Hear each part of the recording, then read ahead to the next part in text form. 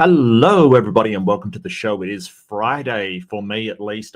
Your experience may vary, but welcome to the reading room. I am Mark Reed, and it is Fundamentalist Fails time. Now, I do apologize about the thumbnail. I got up this morning, and the thumbnail just hadn't uploaded, and I don't know why. It was pretty crazy, pretty weird.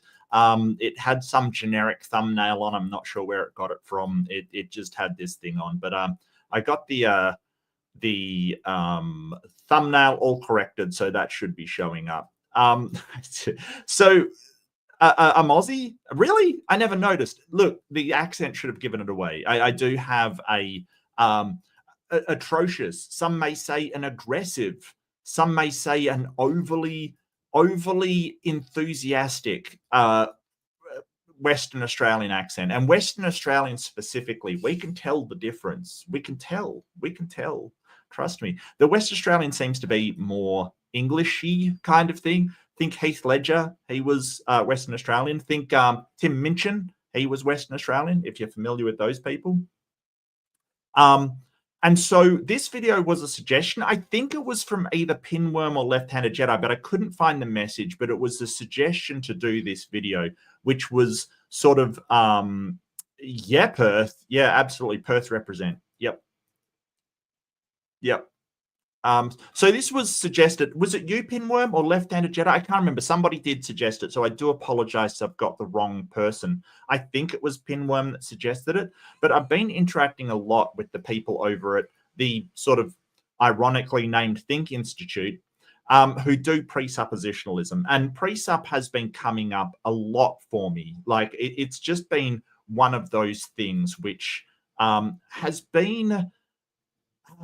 it's been raising its head an awful lot, and it basically I've mostly interacted with two people, and that is Joel, who appears to be sort of the main lead talking head, if you will. He's sort of anchors down the thing,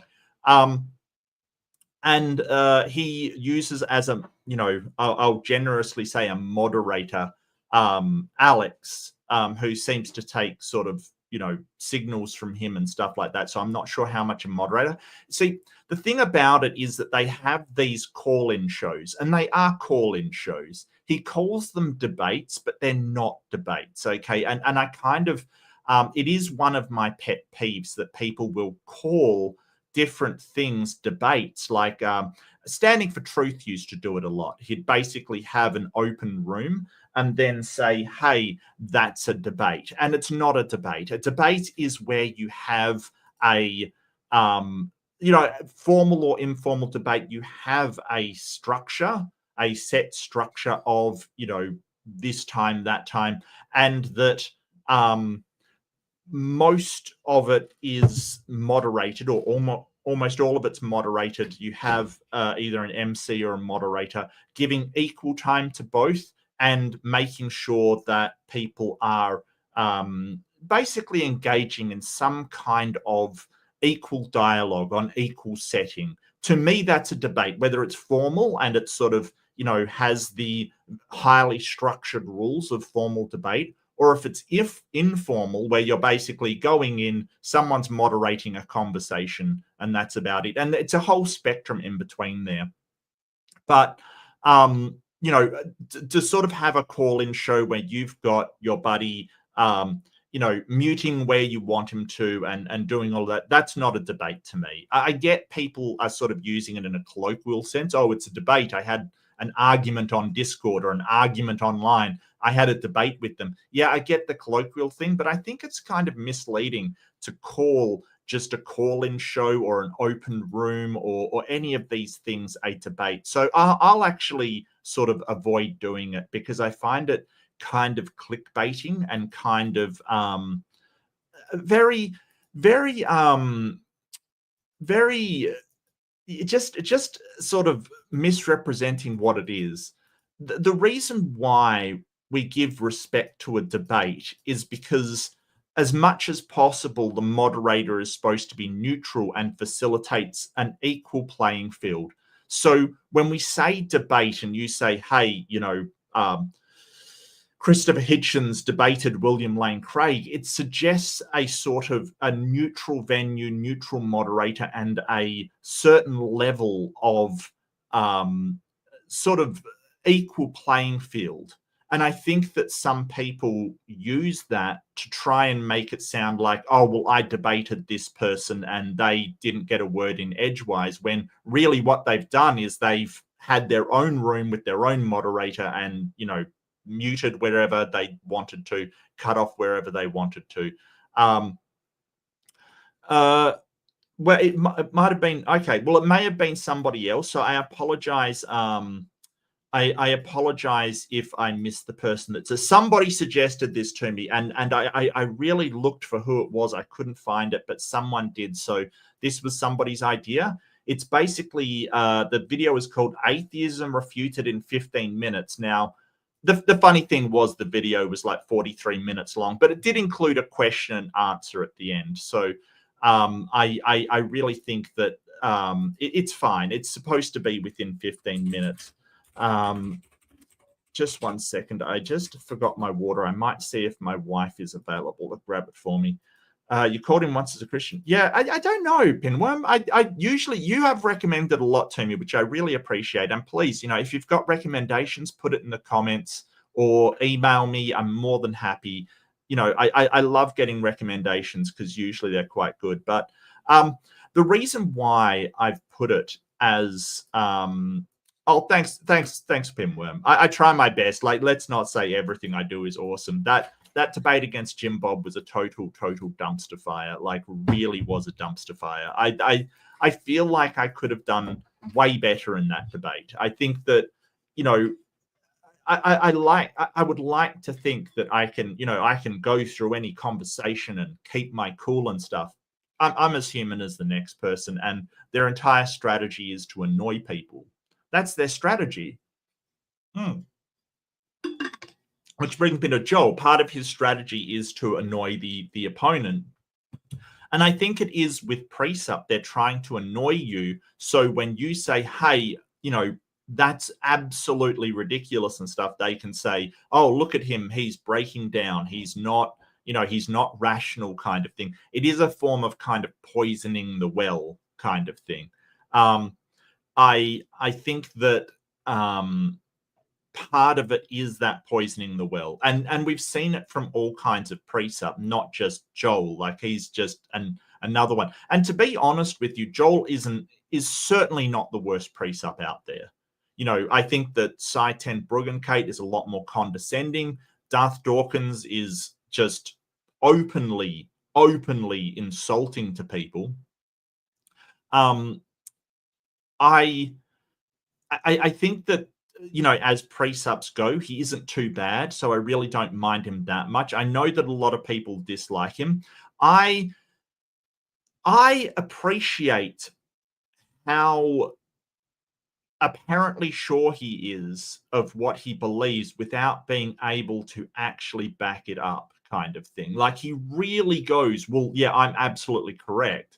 But when you drill down, it's this inability to actually back it up with anything. It's just, you know, his claims essentially. And I've pointed that out to him multiple times, that he just claims these things. So, yeah,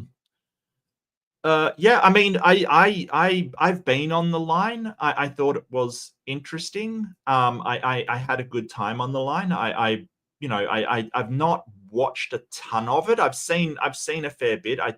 I do like Forrest Balkai. I do like Erica. Gutsick Gibbon is really good. I'm not that up to date with everybody that goes on there, so I wouldn't know the entire thing. You know, I don't know really that kind of stuff. I've got no idea.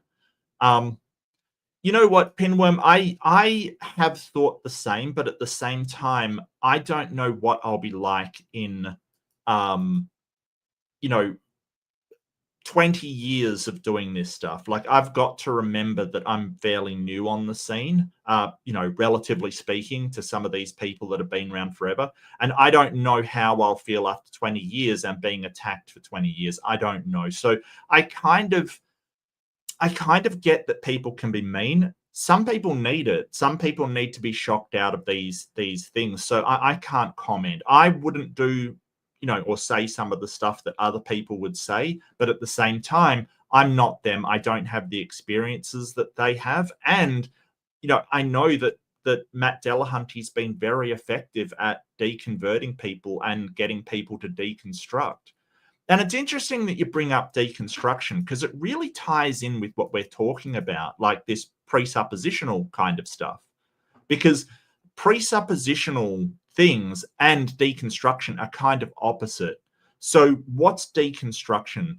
If you're unaware of it, deconstruction, I think everybody should do. It's kind of really looking at what you've been taught, what you can back up, and why you should believe stuff. Like if you've been taught all your life that this is the church and that is the message and all of that stuff, what do we really know about that church and whether it is what we think it is? And that goes for everything.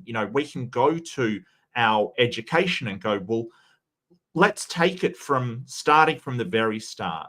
And it's interesting. And the reason why I tie this into the presuppositional thing is because when we look at deconstructing, we look at, well, let's go back to forgetting everything that we've been taught and go, this is my mind, right? That's where you've got to start. Your own experience is where you've got to start for everybody. Because when you deconstruct, you can't say, well, I'm going to start with all of these axioms. I'm going to start with these things. I'm going to start with these presuppositions. It really comes back to your own mind and what you experience, basically. From there, we can build things. We can say, hey, I have my senses. I can't be absolutely certain. And that's an important word, absolute certainty. I can't be absolutely certain they're true, but they seem to be the best interpretation of the world around me, and then build from there. And then we build up what we actually know, what we can actually say we know. And that's really important because a lot of the stuff that we're taught, especially when we're young, does not have a good foundation for saying that we know it. It doesn't, like, we cannot reliably count on it. And so sort of questioning those things you've been taught all your life is a good thing to do. Even if you end up saying, well, the scientific method it is the most reliable way we can find out things because it works. We have all of these things that we do that is based upon that. But we can put that together with our senses, with our rationality, with basically building that up from a rational background. Where does rationality come from? Well, it comes from logic. Where does logic come from? Well, logic is how we evaluate the universe. It seems to be the way the universe formed, with these sort of logical structure of it. Now, could a universe form without it? I don't know. I've never seen another universe. I have no idea. But it is that saying, well, I don't know. Instead of, hey, I've got this thing I've been taught and it is true no matter what. That is not a path to truth. Especially when you throw faith in there, that, well, I have faith that it's true. I have this confidence that it's true, regardless of the evidence presented. That's not a good path to truth. So saying that I don't know is honest. It's the honest thing you can say. Where does the universe come from? How did the universe form? I don't know. It is upon the person saying that they do know to demonstrate the depths of that knowledge. And from what I've seen, they cannot do so. They can sure assert, they can sure say, hey, this is the thing that did it, but they can't demonstrate that is the case. And that's really what we're looking for. A way you can demonstrate to me that you have that knowledge, and that is the thing not being done. Oh, absolutely, Nitty. Yeah, no, totally with you. You deconstruct Santa. Like, do you actually know this thing is real? You deconstruct your imaginary friend. Yeah, and it is very good for everyone to do. Solipsism can lead you down some pretty wild paths, but I think you just have to accept that absolute certainty or absolute knowledge with the 100% confidence that you cannot be wrong, I don't think that exists. I don't think there's ever absolute certainty. However, we can be so certain that, you know, we can rest our life decisions upon that certainty. I think that's more than possible. I deconstructed my imaginary friend who was pretty sad about it until he wasn't. Wow, that's brutal. That's brutal. And look, you know, say something contentious. Some people never deconstruct their imaginary friend. You know, they still have Jesus, their imaginary friend that still sits there. Now, this is oh, Marty, yeah. I remember, like, other kids sort of broke that one for me. You know, and I remember being slightly um slightly outraged at my parents, slightly resentful at my parents for it, right? Like, because, you know, I was the kid that I don't know, I just believed my parents, kind of thing. And they did stuff like, we went out, you know, for on Christmas Eve, and came back, and there were presents under the tree and stuff like that. You know what I mean? Like these tricks to make the kids believe. And they obviously, you know, I understand now they probably had a neighbor come in and do it or something, you know, just to trick the kids into thinking they're Santa.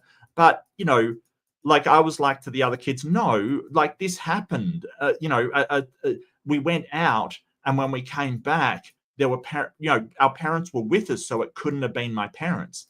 You know, and I felt like a fucking idiot afterwards. I felt like a moron. And I guess, and I shouldn't have, right? And that's the thing. Now I understand that it wasn't my fault that I'd been tricked by my parents, but what does that say about my parents? I'm sure they thought they were doing the right thing. That's the thing. When you're a child, your parents lie to you and you go, oh, well, I resent that. That's horrible. But at the same time, you know, I understand now they were trying to give us some kind of entertaining, lovely experience kind of thing. They were trying their best. And I understand that now. I just don't think it's right. Leo says, I really want to debate this guy on, is theism necessary for science? Because he says a lot of wrong things about science and the history of science. Yeah, absolutely. It's really weird, Leo. I don't know if you saw my interaction with them, but he says that all science rests upon Christianity, and said, like, it's really weird. Like, he said the first scientists were Christians. And I'm like, no, what about, you know,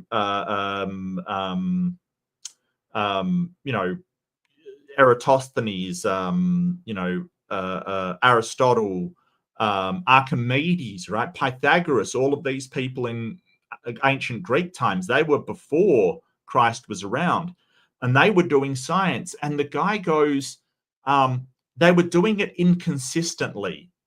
And I don't even know what to say to that. Like, they got consistent results, but they were doing it in consistency, because he's already presupposed that God is required for science. So if you do it without science, you're doing it inconsistently, which is so wild. And then his claim was like, oh, they were doing it, but it didn't fit with their worldview. And it's like, well, it does. If you're doing science, you don't need a God. So it does fit with it. It was wild.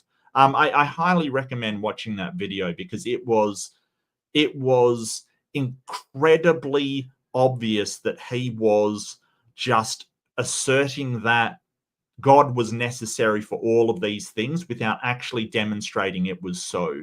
And I think that claim sort of, you know, it needs more thing than just the assertion. Right, exactly. Yeah, but his point was, yeah, they were doing science, but they were doing science inconsistently, even though they got consistent results. Like, this is the thing. I don't know. He's sort of saying, hey, if you don't believe in a God and you do something, then you are not being consistent with reality, kind of. I think that's what he's saying, that you're not being consistent with the, you know, ontological fact that a God is required. And it's like, yeah, but that's a circular argument. And that's why I called the episode Joel's Circle Strats, because he gets into circular arguments. So what I noticed about his channel was that it has all of these sort of, highlight clips on it. It's got the highlights of his interaction with me. The problem was they kind of cut off the end of it where I got into how he's making a circular argument. But yeah, absolutely wild. Absolutely wild. You remember that debate? Which one? I don't know. I don't know. Well, I mean, it's such a shame. There was a debate topic going around that was like, is Santa Satan kind of thing? Is Santa Claus Satan? And they got Alex Stein to do the debate, and that's always a waste of frigging time, quite frankly. Hey, Wes, good to see you, mate. Good to see you. Always a waste of time to get Alex Stein to debate anything. Anyway, so Joel is a presup. He's on this Think Institute channel, which I think is very ironically named. I really have issues, and I'll be going through them today and why the presup is full of logical fallacies. Yeah, and I will explain, because the question was posed of me, what's the problem with contradictions? The problem with contradictions is that if you put the contrary to something in the same argument and it contradicts, then both must be true and they're contradictory. Both can't be true. You're in violation of one of the laws of logic. Now, Joel would say, well, where do the laws of logic come from? It must be God. No, I don't know that. I don't know that the laws of logic come from God. And I will go through that, and we'll sort of work backwards and see if we can say something about them. But I'll start it on. This is Joel. Joel I've interacted with a couple of times. Joel I find to be kind of funny, but he can be a little bit condescending. So please do be aware of that. I would recommend not taking it personally. I think that it is part of their tactics to be condescending. They're trying to make you mad, kind of thing. I find that my reaction to this is I usually laugh at them, which sort of gives them no end of consternation because they don't like being laughed at. But I really do find it funny that they're trying to say, hey, you do believe in a God. It's actually hilarious to me because obviously he doesn't know what I think, but that's what he thinks. He thinks everybody believes in a God and they're just suppressing it. You'll see that as we go through. Is atheism merely the lack of belief in God? I hear atheists tell me this all the time. They act like there's no implication or entailment to their denial of God other than just simply they lack belief. Like how you or I might lack belief in unicorns. Unicorns is usually the one that they go to. Yeah, so that is one definition of atheism. Atheism has multiple. It is polysemous. It's got multiple different definitions. That is one of them. You can use that. That's fine. Philosophy of religion is slightly different. I'm not going to get into which is the better definition. I think it is the colloquial definition just because it's better for conveying certain amounts of information. But, you can believe what you want. That's fine. You can use whatever definition you want. I'm fine with that. This whole thing of lack belief in a God, yep, sure, no problem. He's trying to shift the burden of proof. He's essentially trying to say, well, if you lack a belief in a God, you're denying God, and therefore you've got to show that the God doesn't exist. And that is a problem because sort of lacking a belief in a God does not a positive claim make. Okay, so when we go, well, we lack a belief in a God, it means that we don't believe in the God, but we're not saying that it's logically impossible. We're not saying that it's not even plausible. I mean, usually we do say, hey, it's not plausible, so I don't believe it. So that's fair enough. But the whole point is that you're the one making the positive claim. Carl Sagan used an analogy about invisible dragon, like he has an invisible, intangible dragon in his garage.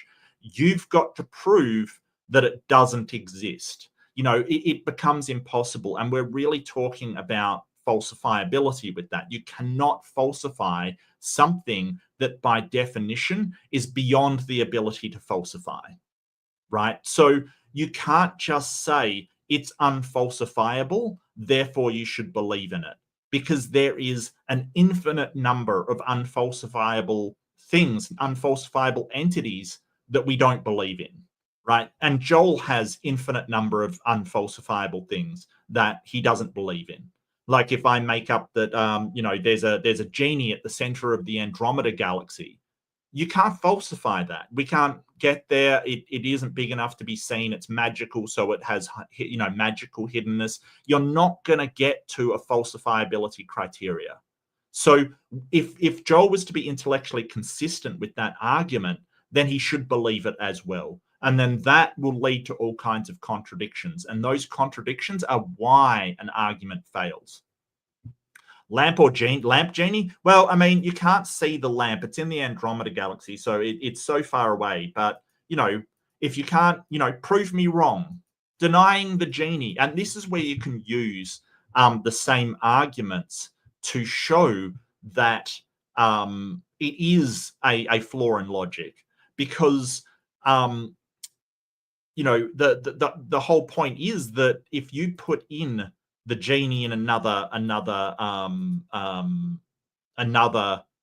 galaxy kind of thing,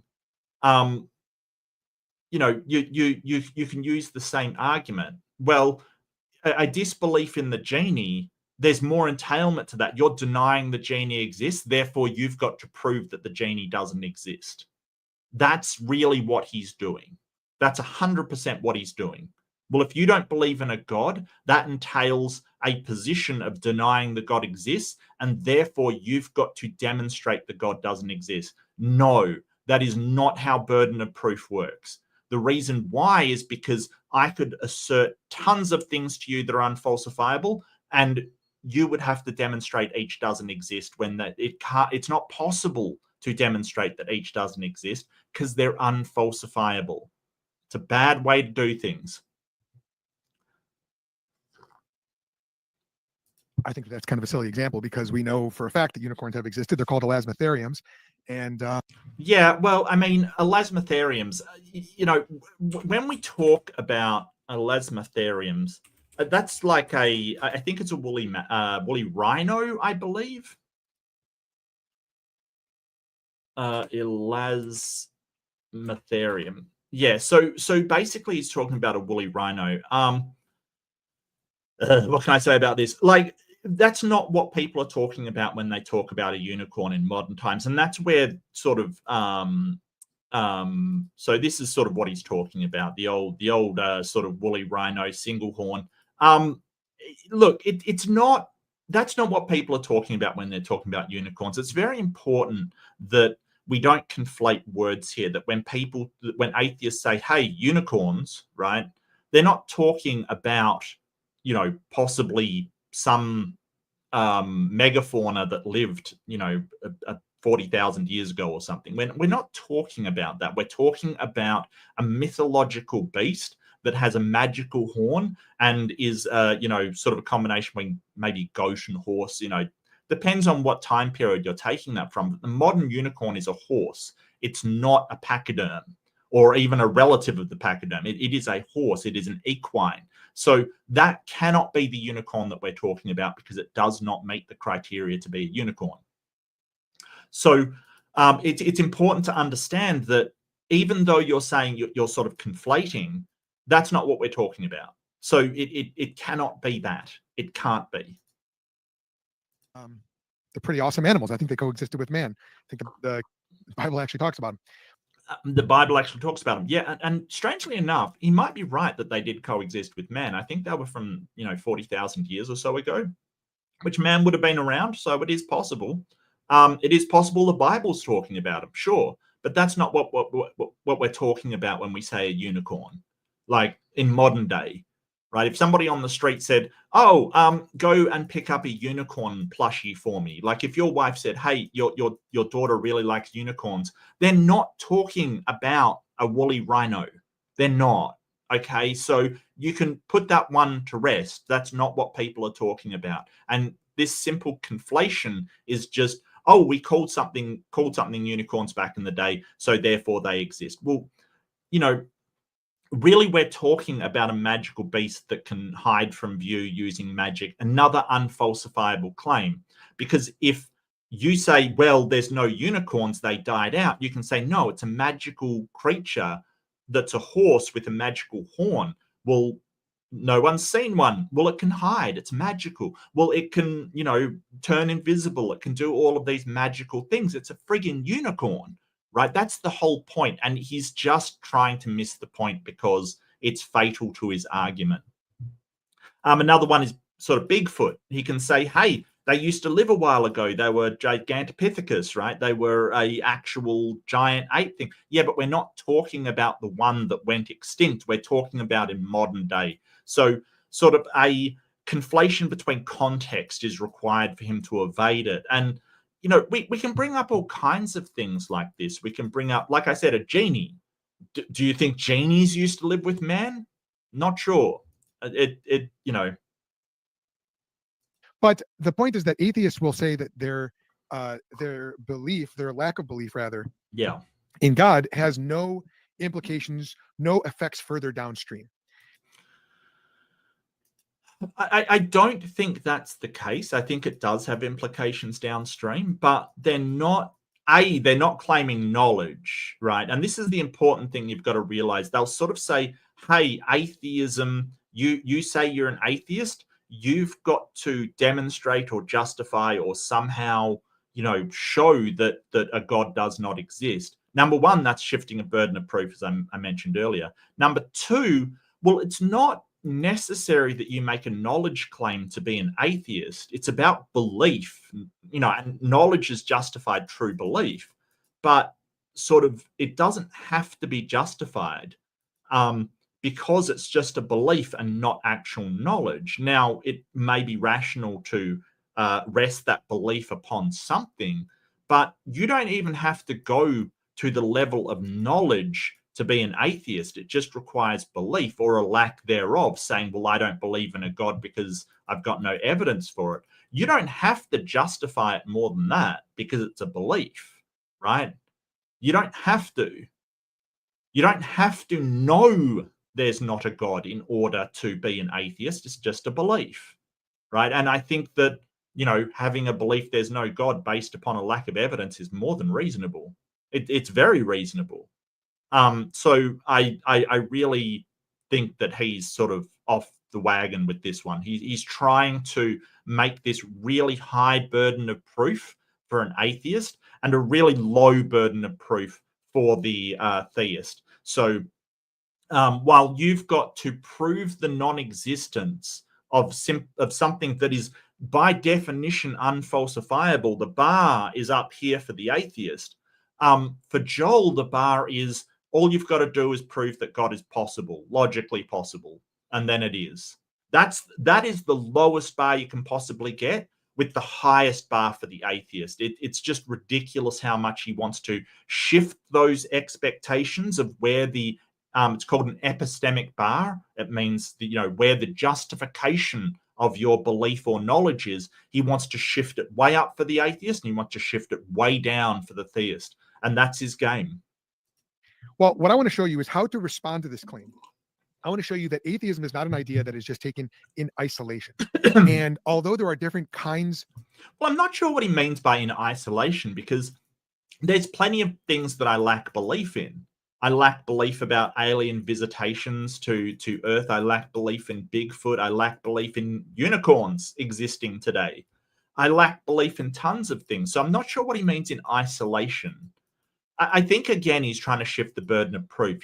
He's trying to sort of shift it so that you've got to prove these things don't exist. But the weird thing is, the funny thing is, he doesn't require that for anything else, right? Like, he doesn't require that for mermaids, right? Or if I believe in alien visitations, he doesn't require that for alien visitations, right? He doesn't require that for other gods. Like he doesn't do that. He doesn't go, well, I don't believe in Allah. That has certain things downstream, and I've got to show that Allah doesn't exist. No, he doesn't do that, right? He basically goes, well, I'm going to assume my God is real. Okay, so that's the precept part. I'm going to presuppose that my God is responsible for all these different things, and we'll get into that later. It is a circular argument, but we'll get into that later. I presuppose my God he basically presupposes his God exists and is responsible for certain things. He presupposes that up front, no questions asked. He starts there, which is wild, quite frankly. And then he basically goes, well, you've got to show that I'm wrong. No, that's not how any of this works, Joel. When you're making a positive claim, you've got to provide the justification for that claim. You don't go, well, your disbelief in what my claim is requires proof. No, that isn't how anything works. And you don't subscribe to that for other people's beliefs. You don't say, hey, well, you believe in Krishna. And so because you're presupposing it, I've now got to disprove that Krishna. No, he doesn't do that, right? And he doesn't do that for anything else that is a claim in the wild kind of thing. Like, he doesn't do that. So it is just a sort of special case that his God and his God alone needs to be disproved. It's kind of ridiculous. But it also comes with the It also comes with this really wild thing that precepts do, and that is that they will not grant any possibility of being wrong, right? They basically say, no, because I've got God, I'm not wrong. I'm always right about this one thing. And not only that, but everybody believes the same. Everybody knows that a God exists. They're just suppressing that knowledge in their unrighteousness. Why do they think that? Because the Bible says that. And that is a problem, because you're basically saying, no, I'm not going to allow you to have your own beliefs or acknowledge your own beliefs. I'm going to tell you what your beliefs are. And that is such a nonsensical position. It's absurd, because you're basically saying, hey, I know your thoughts better than you do. And that is an absurdity. I can easily demonstrate I know my thoughts better than you. I can easily demonstrate that. It is trivial for me to demonstrate that. And so this assertion that, well, because the Bible says that you believe, then I'm going to take it as you believe, and you've got to prove that you don't. No, again, you're shifting the burden of proof. I can demonstrate that I know my thoughts better than you. I don't know why anybody would die on that hill of, well, I know your thoughts better than you. It's wild. It's absolutely wild. So this is the problem with presup and why people find them so annoying, because it is annoying to sort of say, hey, well, I don't believe in a God, and them saying, well, yeah, you do. You're just suppressing that knowledge in your unrighteousness. Like, seriously, that is really insulting to people. It's basically going, no, I'll tell you what you think. This is one of the problems with presup. It really gets into this hierarchical kind of, well, I'm going to dictate to you what you are, how you came about, what your goal is, everything about you. And that is just so bad. It is horrendous. Of atheisms like naturalism, materialism, Buddhism, different forms of Platonic idealism. Well, okay, so I can understand why he'd conflate sort of naturalism and materialism with atheism, right? Like, I can understand why he's conflating that. It's because a lot of atheists are, but it is a conflation. You could be an atheist and not a materialist, right? You could believe in no gods whatsoever and still think there is something supernatural or something above material things. That's entirely possible. Naturalist, you could be an atheist and believe there is something supernatural or preternatural or something that is outside the natural world. So it is not necessary to be a naturalist or materialist and be an atheist. You can be one or the other. You know, I've met people that are naturalists that still believe in a God, right? They don't think God is supernatural. They think this entity is part of the natural world, right? Like, it is absolutely fine. And it's kind of a bit of a weird one, I grant that. But if they think that God created the laws of nature, but, has, sort of a deistic kind of God, they still believe in a God, but don't think there's anything outside of nature, like God's just a part of nature. That's not an atheist. but it is somebody that is a naturalist. It's a bit weird, I grant you, but it can exist. It is possible. So one doesn't necessitate the other. And the fact that he is equating them is a real big problem. Like, it's a problem because he should know better in his position. I think he sort of considers himself a bit of a philosophy guy, that atheism and materialism are not the same thing. They're not. I'm really sorry, they're not. This is seriously, this is an idea that we must take seriously as Christians, and we can deal with all forms of atheism at once as a group. Now, Yeah, so materialism and naturalism are not a form of atheism. Atheism and materialism and naturalism, they're kind of different. They're adjacent. People often hold the same beliefs, but they're not the same thing. Sorry, Joel, they're not. to say this, I'm not diminishing any of the nuances between these different forms of atheism. And I want to say this up front. Yeah, they're not different forms of atheism. That's the thing. That's the thing. They're not different forms of atheism. You can have a Buddhist who's an atheist. They don't believe in a god, but they do believe in supernatural things. So they don't believe in naturalism, right? They believe in reincarnation and stuff. Like, you're not actually explaining this very well. I'm not doing this because I hate atheists. Quite the contrary. I'm saying this because I love atheists. And we as Christians love our atheistic neighbors who are denying God, suppressing God, living without God, living in a godless way, and are therefore cut off from the kingdom. Yeah, so here's where he thinks atheists are denying God. They're not that they don't believe in God. They know deep down somewhere, I think, that God exists and they want to worship him.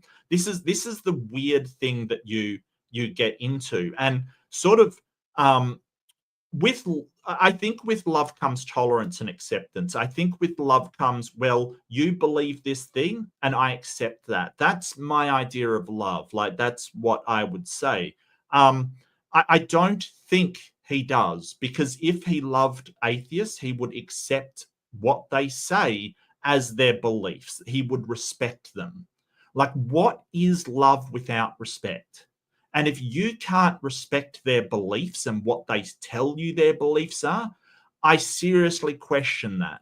Because if you can't respect them, then do you really love something if you can't respect it? No, of course not. So I think he is just going to the part of the Bible where it says, love your neighbor kind of thing. He's just using that biblical thing. The problem with it is that I don't think he believes there are atheists. Right? If no one truly believes there is no God and they're just suppressing that knowledge and their righteousness or whatever crap that you've gotten out of the Bible and personally believe for some reason, I don't know why, then there's no such thing as an atheist. Right?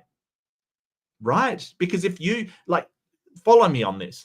If everybody has knowledge of God and you're just suppressing that knowledge, and knowledge is justified true belief, then how can anybody, if everybody does that, they have knowledge of God and knowledge is justified true belief, then how can you have someone that does not believe in God or someone who lacks belief in God as a thing? It doesn't exist.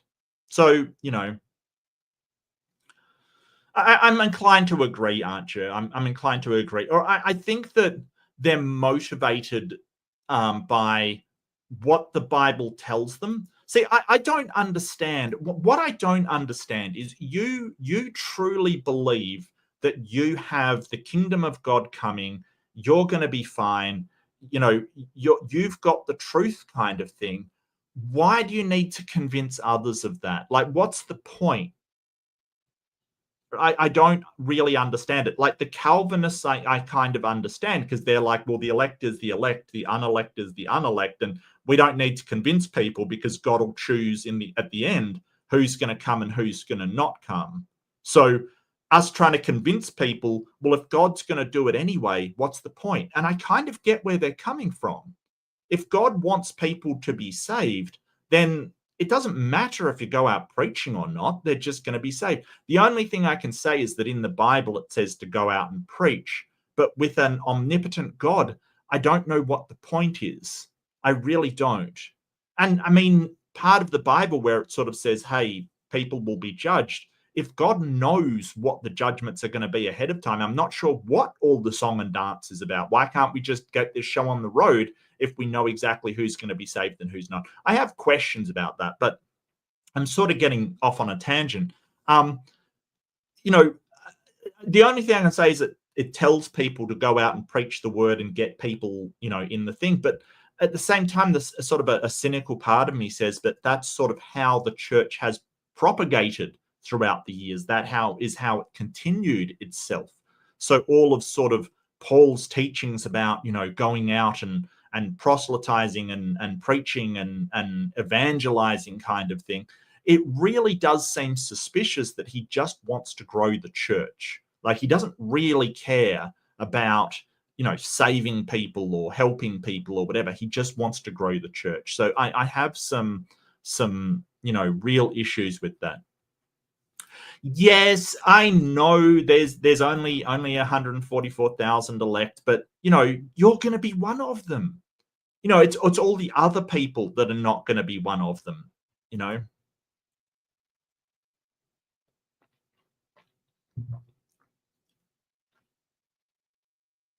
Of God, the kingdom of our Lord Jesus Christ, and they are still, according to the Bible, dead in their sins and trespasses. And you might go, Joel, what a judgmental thing to say. Dead in their sins and trespasses. So sins don't mean a lot to me. They don't mean a lot to me at all. Sins are just sort of a breaking of sort of tenets that the religion holds dear. I don't look in terms of sin and, you know, godliness. I don't look at things in terms of that. I look in terms of harm and the harm it does people and how much it affects them. How much their health, their mental health, their society, how much harm it does to those things. So I don't really think that I really think in terms of you know, sin or not. I don't know why I would have a problem with actions that cause people no harm.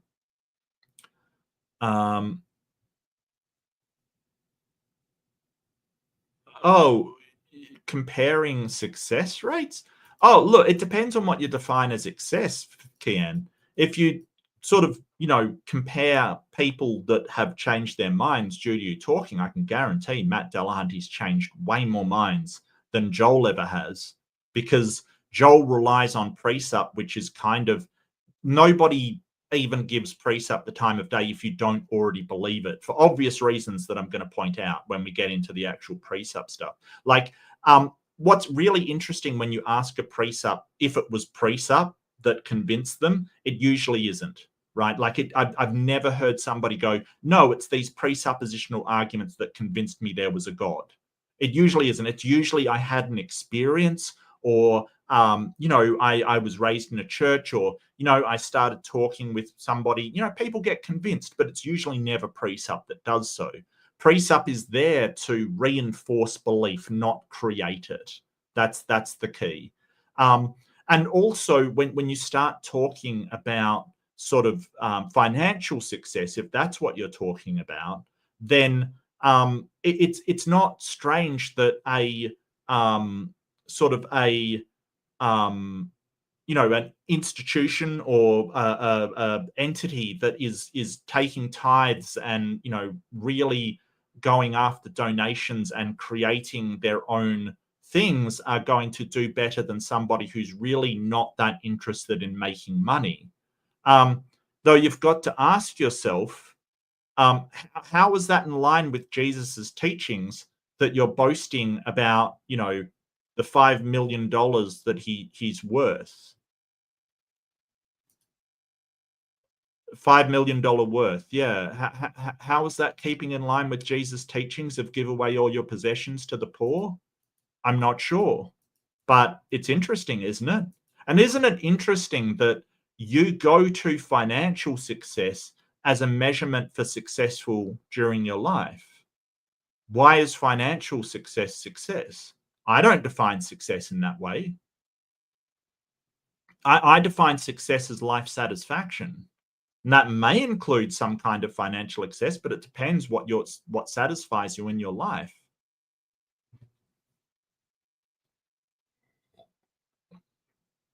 So I'm not sure why it's the Christians going to, well, financial success means something. Well, in that case, Elon Musk is the most successful person of all. And I don't think he is. I think he really is he doesn't seem to be a very happy chappy, to be honest with you. Is that success to me? Well, financially, yeah. But that's only one part of life. Has he been successful with his family? No. No. Has he been successful in, getting relationships? No. Has he been successful in life satisfaction? It's hard to say. Not sure. I'm not saying it. This is what God says. And guess what? Yeah, so that's the precept. You basically, that's what God says. How do you know that's what he says? Right? And if the answer is, well, it says so in the Bible, how do you know the Bible's true? And I did ask Joel, how does he know the Bible is true? And his answer was stupefying. It was, the Bible is self-confirming, i.e., it proves itself, right? It just is true because it's true, because it's true, because it's true. Do you see the problem here? That in trying to ground our knowledge of how the Bible is true, you're using the Bible. That's a problem. The reason why it's a problem is because that could be applied to any book at all. So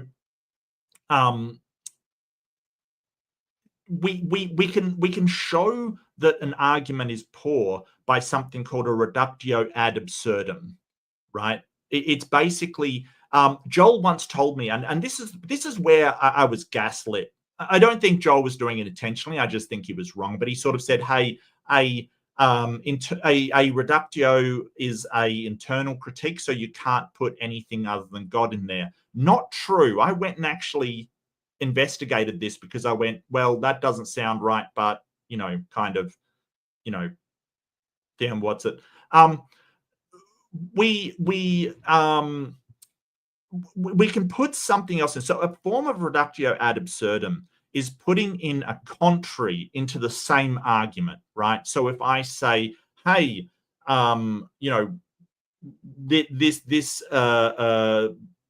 we can show that through, this guy was in the area, he had access to the house, all of these things, we can tell he's the killer, right?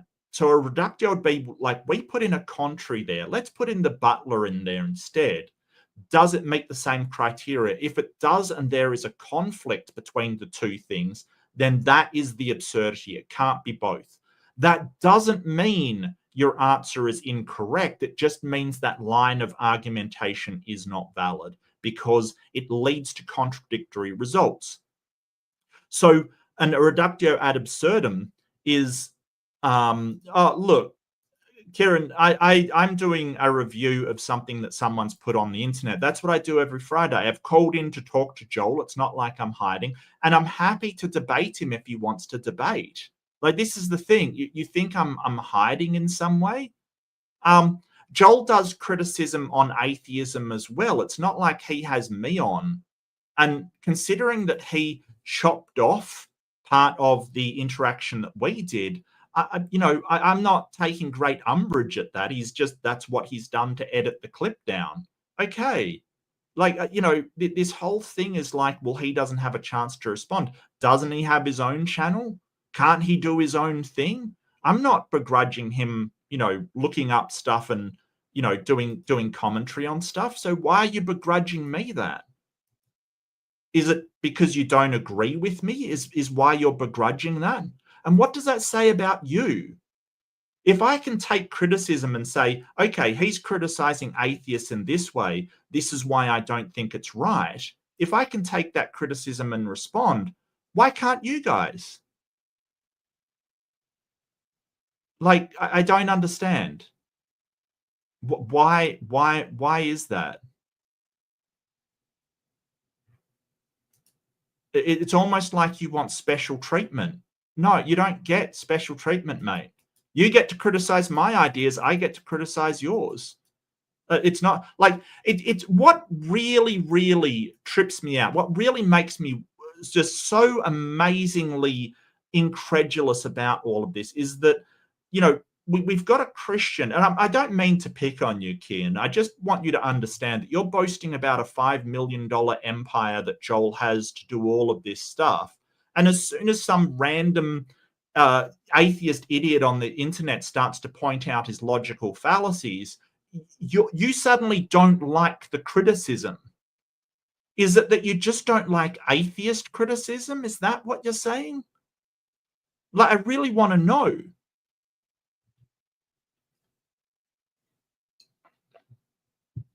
Look, go to Joel. I'm more than happy to debate him. I've said I'm more than happy to debate him. I'm probably going to debate Alex real soon. But at the same time, I'm allowed to make criticism over somebody's arguments. Like, would Joel, should I have invited Joel? Would he come on my channel to hear my criticisms with me in charge? You know, I go on his channel. Was he ever been on mine? You know, I think you are really just, you know, you are really just pushing the levels of review and criticism and critique to an absurd level. Like, Joel's allowed to talk about atheists all he wants, but you're not allowed to critique him on the things that he says. Well, no, that's not how anything works, mate. We are allowed to critique and review and criticize on what people say on the internet. I mean, if someone grabs a video of mine and starts to critique me, do I mind? No. People have critiqued me in debates before. I don't mind. I welcome the critique because that's the only way I get better. I mean, holy crap. Fellow Christians, that is you and me apart from Jesus Christ every single day. Without Jesus, we are just as dead. But by God's grace, he has found us, and now he has sent us out to go find others. Yeah, I don't believe you. That's the thing. Like, you can't just, this is just an assertion, right? Like, it's important to realize that this sort of God has given us his grace kind of thing, that's begging the question. He hasn't actually established that. It is just begging the question. He is just asserting a God without demonstrating it is actually the case.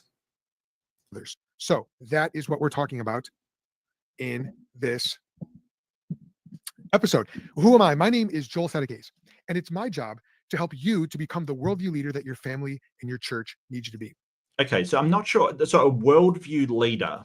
So I think he's sort of talking about being a religious leader for Christianity. I think that's what he's talking about.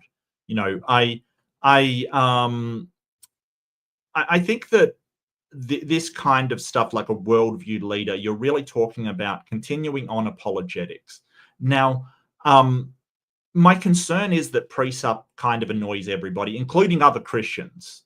Even the evidentialist Christians, ones that will go, okay, well, here's the Bible. I believe in the resurrection of Jesus. They're using an evidentialist approach that, hey, we can demonstrate that our belief in God is justified. And that's fine. I have no problem with evidentialists. You know, more than happy to debate them, more than happy to, you know, usually they have the most interesting debates. Precept is different. Precept is basically begging the question that a God exists, and from there deducing that a God exists. That's essentially what it is. So, you know, he's basically saying a worldview leader like a precept, that you will go out and do precept. And a lot of the time it's really good to ask a precept, like, what convinced you that there was a God? Because I will bet it wasn't precept.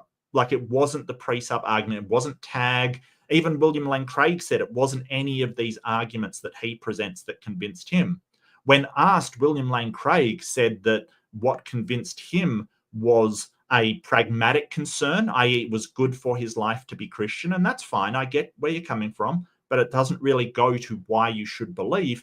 And Pascal's wager, which was really telling, because that is one of the worst arguments out there, so much so that people don't even use Pascal's wager anymore. So it was very, very telling that even William Lane Craig doesn't He wasn't convinced by his own arguments. He was convinced by something else. And that doesn't mean they're bad arguments, right? It doesn't necessarily mean they're bad arguments. It just means, like, why are you trying to convince people with presup when you weren't convinced with presup?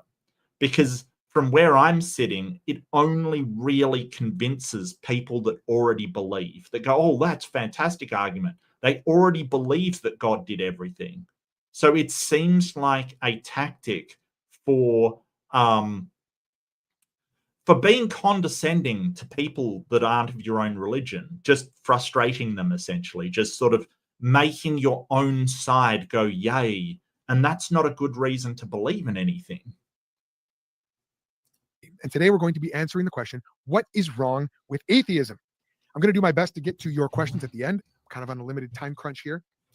What is wrong with is there anything wrong with atheism? I mean, obviously I don't think so, or I wouldn't be an atheist. I suppose that atheism in particular doesn't have any moral considerations at all. It doesn't have any ought statements. It doesn't have any kind of pronouncements for how you should behave, what you should do. Someone once described atheism as a moral wasteland. And I agree with that. It's got no morality in it whatsoever, and it's not supposed to. It's kind of, sort of saying, well, science doesn't have an opinion on ghosts. Well, yeah, it really doesn't. Like it's not for that. Yeah, I get you. But, I've been interacting a lot with Joel lately, and someone recommended this. So, I think I would do it. So, yeah, what's the problem with atheism? No morals. Doesn't have any morals associated with it, right? It doesn't mean that atheism is wrong or bad or anything like it. It isn't immoral to be atheist, and immoral means the opposite of moral. It means it's wrong or bad or evil or whatever. It's not immoral to be an atheist, but atheism is inherently amoral, i.e. it's sort of trying to put morals into atheism is kind of a category error, because the idea that you don't believe in a God doesn't have any moral entailments whatsoever. You could be the best person in the world and be an atheist, and you could be the worst person in the world and be an atheist. Entirely possible. It doesn't have any entailments. However, I will make the point that you could believe in a God and be the best person in the world, and believe in a God and be the worst person in the world as well. So don't forget that. But you need something else for morals. You need, some sort of moral framework as well as atheism. But when people are talking about worldviews, and sort of I pointed this out to Joel at one point, like you can point out worldviews, but atheism isn't really a worldview. There's other things that atheists have that is their worldview. And when he says, the foundations of things, that kind of stuff, yeah, atheism doesn't get to, believing in a foundation of anything. It doesn't get you to whether, you're a hardcore quantum scientist that thinks that it's quantum that's the base of everything, or you're a spiritualist that thinks there's a spiritual force but no gods, and you're still an atheist, right? It doesn't get you there to a worldview, okay? It doesn't. If you're really looking for worldviews, I think me as a secular humanist is really where I'm after, because that secular humanism entails the science part, where atheism doesn't necessarily do that. So in order to have a worldview, you need something extra than atheism, because just not believing in a God isn't a worldview, right? It says nothing about what you believe in for foundations or how to acquire knowledge or anything else. It says nothing about it. Atheism is simply a position on one proposition. Is there a God? Whether you believe that in a God or you don't believe in a God, that's it. There's nothing else that's required to be an atheist. Absolutely nothing. This whole idea that because you haven't committed to believing in a God, then you're basically have this positive position of proving, no, that's not how burden of proof works. If you claim something exists and I don't believe you, it is not upon me to demonstrate it doesn't. right? If you say, hey, I believe in ghosts, there was one in my house the other night. If I don't believe you, it is not upon me to prove that the ghost does not exist. Okay, that is not how the burden of proof works. I am outside time and space. I wish. And anyway, it's not time and space, it's space-time. It's all one thing. Gotcha. Got him. Quantum merch. Look, I find quantum physics fascinating. I'm not a quantum physicist, so I wouldn't claim to have a great deal of knowledge about it, but I do find it interesting. And I will get a little bit into it, when we do this. And I'm going to do that, but I did, if you're watching on YouTube live, I did post a Q&A little box in the chat, so you can ask your question there, and I'm going to try to get to as many as I possibly can. You can also... Okay, so, that's interesting. So philosophy is really just how we think about things. It isn't anything particularly substantive. It covers a wide range of things.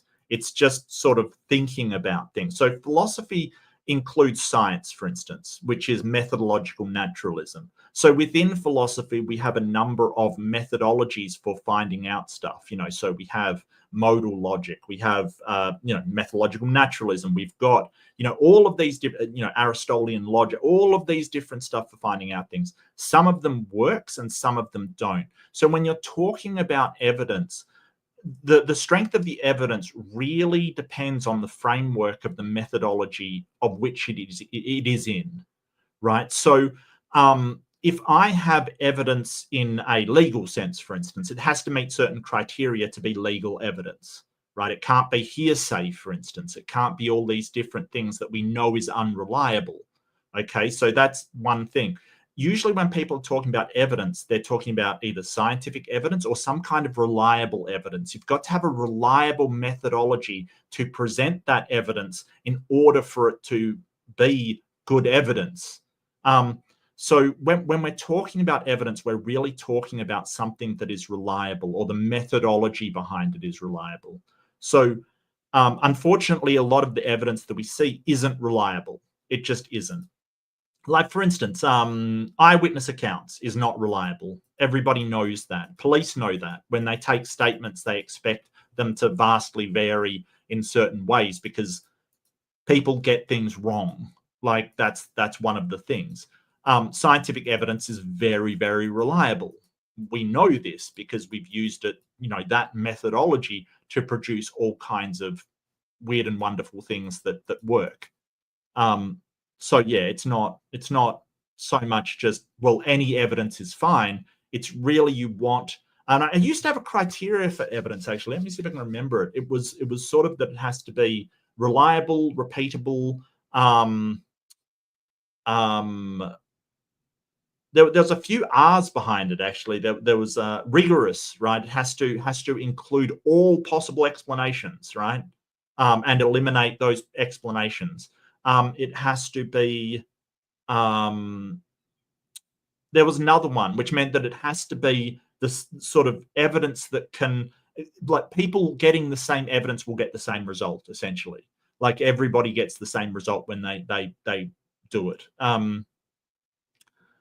Well, yeah, Jay, there is zero need for evidence in presup. It's basically because it begs the question first. It gives the conclusion first, and then it goes to prove it, which is wild to me. Comment the word question and then your question. I don't think we're going to be able to bring anybody up live today, but we'll see. Okay, so very exciting, very exciting episode here today. Looking forward to getting into it with you. But first, now, if you like this episode and you want to take your learning further. So I included this bit just because Joel tries to sell a few things, and one is this hammer and anvil thing. He seems to be running a men's training thing for Christian people, which is kind of a bit horrific. To help you get more equipped to lead your family, to answer any objection, to share and to lead your family. Okay. It's very hierarchical. It's very sort of traditional. I'm not 100% sure how well it will work in the modern era. It's very weird to me. Defend your faith. And I'll tell you more about what we're doing to help you do exactly that after the episode. Stay tuned. All right, atheism. So and I'm really sorry to pick on you again, Kian, but you know, you're sort of saying that Matt Delahunty's a shill. I've never seen Matt Delahunty stop an episode to promote a training course in the middle of it. Have you seen that? I haven't seen that. So who is the shill here? Who are you calling a shill? Like, you know, I don't think Joel's doing anything wrong. I think that he's just, you know, promoting something that he's selling. That's fine. I don't have a problem with it. But you're the one calling other people shills and stuff. I'm just wondering, why isn't Joel, in your opinion, a shill here because he's selling something? Why is that fine, but an atheist selling something is wrong? Is I guess what I'm asking. I would like to know the answer to that. If you know, an atheist sells something or asks for donations, that's wrong. But if a theist asks for donations, that's fine. I don't understand. Like, why is that the case? Falls flat in 3 ways. 1, it makes truth meaningless. 2, it makes science. Doesn't make truth meaningless. No, we'll go through them one by one. We'll go through them one by one. Impossible. And 3, it makes morality abolished. It makes truth meaningless, science impossible, and morality abolished. Let's go ahead and get into it. How does atheism make truth meaningless? We could talk for hours about this. And I have talked about this for hours in other episodes. But I want to... Yeah, so truth is very context driven. So truth is essentially a comparator between one thing and another. And it needn't, like, I've heard, you know, again, Matt Delahunty comes up, he sort of said, truth is that which comports to reality. And I get Left-Handed Jedi for $2, just proving that I'm a shill, right? Left-Handed Jedi? Yeah, I must be, because I'm not a Christian. For $2 said, because God Almighty backs our product. Yeah.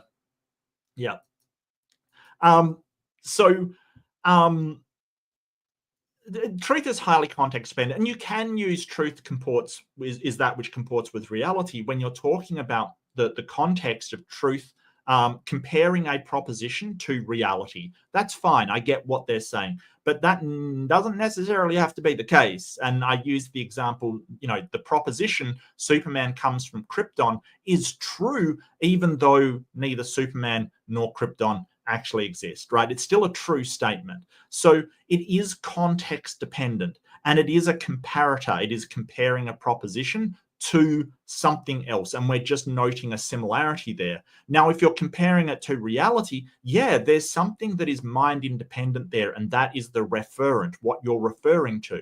But that doesn't mean truth is a thing. Like, you can't show me a truth, right? You can't give it to me. It doesn't exist without other things behind it. Now, that doesn't mean it just exists in the mind, because if I am saying, hey, there is a microphone on my desk, there is something in the real world, the referent, that I am comparing to. So there is at least partially something in the real world. And when theists sort of say, hey, this thing is transcendent, that's kind of what I'm talking about, that part of truth exists in the real world and part of it exists in the mind, or the proposition that's stated, or what you think, right? So when that matches whatever the referent is, whatever you're referring to, that is the part that is in the real world. So when theists say transcendent, they usually mean transcendent from the physical material world to something supernatural. I don't. I think it's just transcendent from the physical world to a world of constructs and abstracts. It's basically a transcendent from concrete to abstract, from real and actual to conceptual and sort of imaginary. I think that is the transcendent layer. But, you know, so that's important to understand what it is that I'm saying when I'm saying transcendent. I don't think it's transcendent from material to supernatural, or from material to God, or anything like that. I think it is just across, there's part of it that is based upon the real physical world, and part of it that is a reflection in our own mental processes. And that's what I'm talking about. And I don't see a need for anything more than that.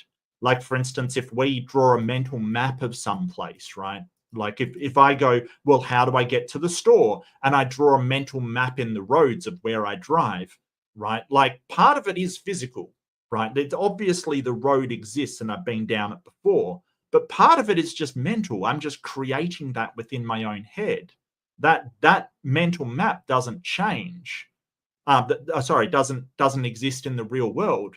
Like, and I can sort of explain this by saying, hey, if I look at this mental map I have of the road to get to the store, and just say they've done roadworks that I'm unaware of, then my mental map is untrue in that sense. It doesn't actually match reality. Like, so just say I have in my head, what's the best way to get to the store? It's to go down here and go across this road, and then, I'm at the store. But what happens if one road's blocked off, they're doing roadworks, and, I'm going to be tied up in traffic for a long time? But I don't know that. Like, so that means that my mental map is not true. It is not accurate to say that is the best way to get to the store anymore, because there's roadworks, there's roads blocked off, right? So this sort of conceptual thing, it's kind of has an ontological basis that it has to be secured in the real world, but part of it is just mental. That, what I think is the case is just a construct within my own head. And whether or not it's true is entirely dependent on the actuality, the ontology of that thing. That's different than epistemology. And I think Jay in the chat was pointing this out, because sort of with epistemology, that mental map that says that's the best way to get to the store, that might be entirely justified and rational, but it may not be true. So we have two different things, and I can't just get ontology about something. I've got to use epistemology. What presupps are doing is they're saying there is an ontology, not grounding it in anything, just saying it is, and then saying, well, I have epistemology for everything else because I've got this ontology. You can't do that. And I'll explain why when we get to it. I'm going to focus in primarily today on the laws of logic. See, for a statement to be true, it must be coherent. That means it must be logical. It must not have any internal contradictions, and it must not violate logic. Logic is... Yeah, but the problem that Joel has is that he really is allergic to reductio ad absurdum. Like, if you put a contrary into his arguments, it will work just the same. Okay, it will work exactly the same. And that's what one version of the reductio is. So if you say God is the precondition for all morality, intelligibility, and all of these, and cognition within the universe, it's the foundation of all logic. Therefore, the impossibility of the contrary is true. Therefore, the God definitely does exist. If you're doing that, you can do the same with Allah. You can do the same with Shiva. You can do the same with magic. You can do the same with anything. If I say that a magic rock is the foundation for all intelligibility and morality within the universe, and all it does is just a rock that produces that, it just necessarily has the power to do that while being not contingent upon anything,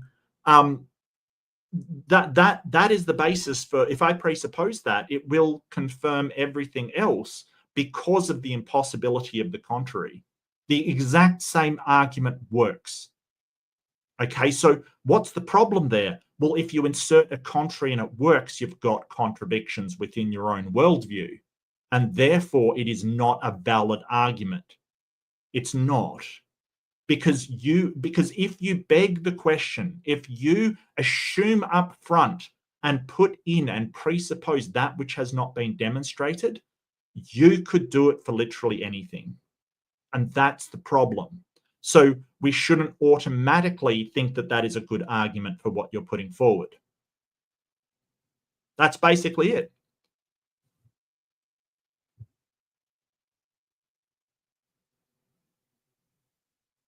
No. You cannot access ontology. You cannot access that. All you have is epistemology. That's all you have. I could say without the magical Blarney stone as the foundation, there's no reason for consistency in our perceptions or logic. I could say the same thing. The fact is that you're presupposing that, you are automatically assuming it is true. I could automatically assume that is true with any number of things, right? And you have the same argument that works exactly the same. The trick that you have done is convince yourself not to entertain any other possibility, not to put any other possibility into that statement. And that's your problem.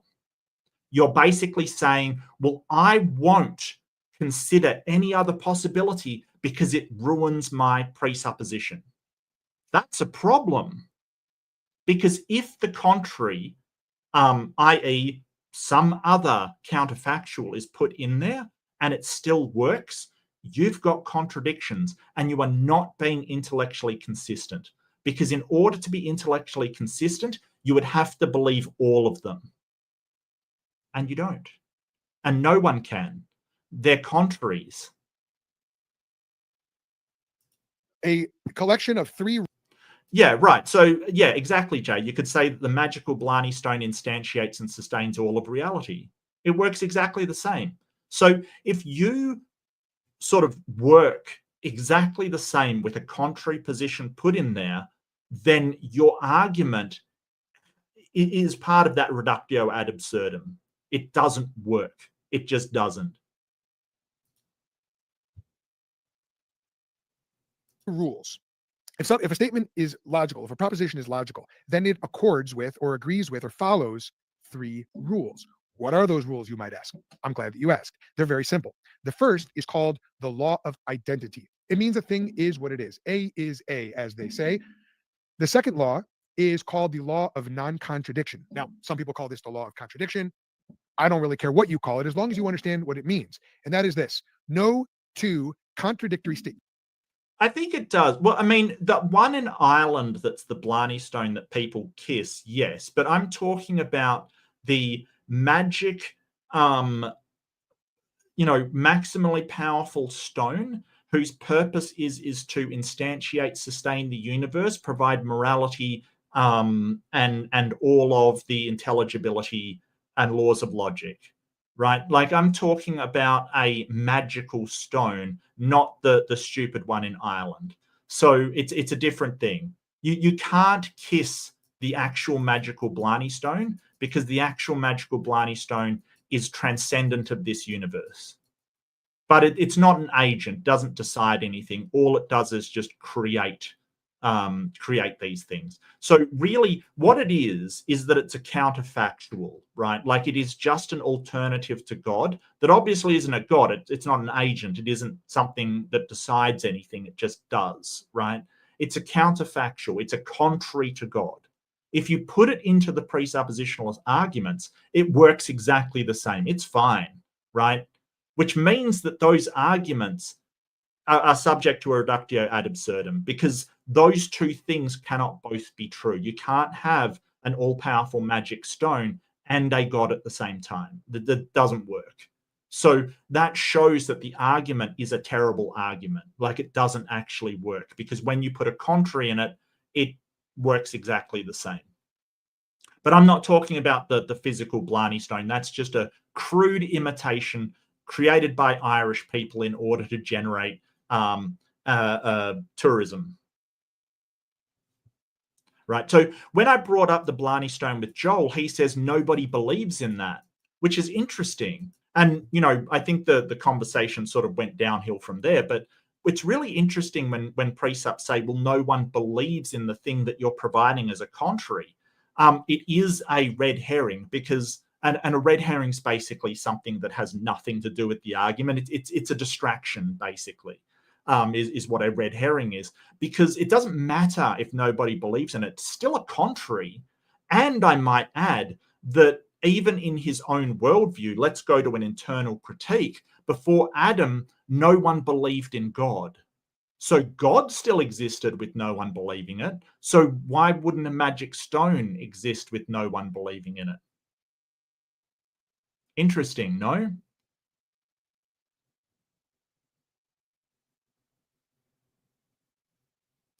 Interesting. Yeah, Kian, you can't start with an ontological claim, and I'll explain why. So I'll explain why at the moment, right? Because you seem to be stuck on this.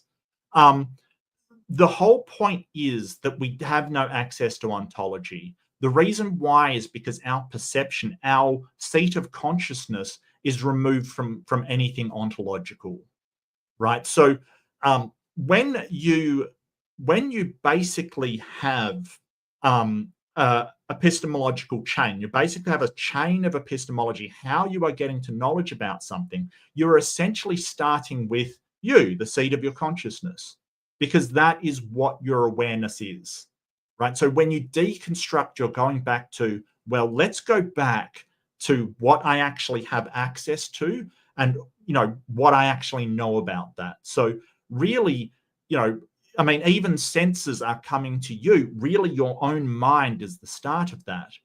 You could make a start from God if you are that God, right? Because that's the seat of consciousness. That is where the thoughts are coming from in the first place. So to say, well, my thoughts are coming from my own consciousness, but I'm going to start over here with God, unless you're that God, you can't start there. You have to start with your own thoughts because that is what you have, right? You cannot start with a God and expect to have any credibility as far as epistemology is concerned, because you at least have to do one step to get to that God. Because if your thoughts are that God, then you should have omniscience. You should know everything in the universe, any possibility of the universe you should know. And you don't, showing that you are not, your seat of consciousness is not that God. The seat of consciousness is you, just like everybody else. And sort of skipping to say, well, I'm going to ontologically declare that the God's there. It's called begging the question. And the reason why is because, again, a reductio ad absurdum. I could put the Blarney stone in there and say, I ontologically just say that the stone is there. It works exactly the same. And therefore, to be intellectually consistent, you would have to believe in that. And I could say, hey, I'm going to put Krishna there. I'm going to put, Thor there. I'm going to put anything there. There is infinite things you can put in that ontological claim, right? Because ontology is not a claim, okay? Ontology is not a claim. It isn't. Ontology is the actuality about something. You can't make an ontological claim. You can only make an epistemological claim that, hey, I have knowledge of this because. You can't do an ontological claim because ontology is not a claim. It's not an argument. It's not a reason. It's not a proof. It's not anything like that. It is the actuality of things. It is the reality. So if you claim something, you're using epistemology. You're making a category error. You are not using ontology. Nobody is.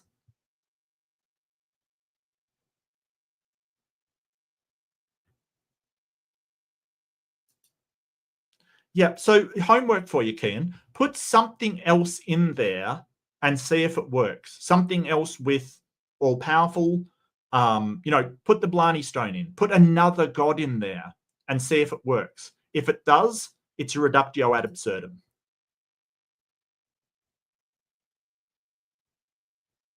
And you've got a really bad argument. It can both be true in the same way and at the same time. A is not A. I am not me. Right. And the laws of logic I agree with.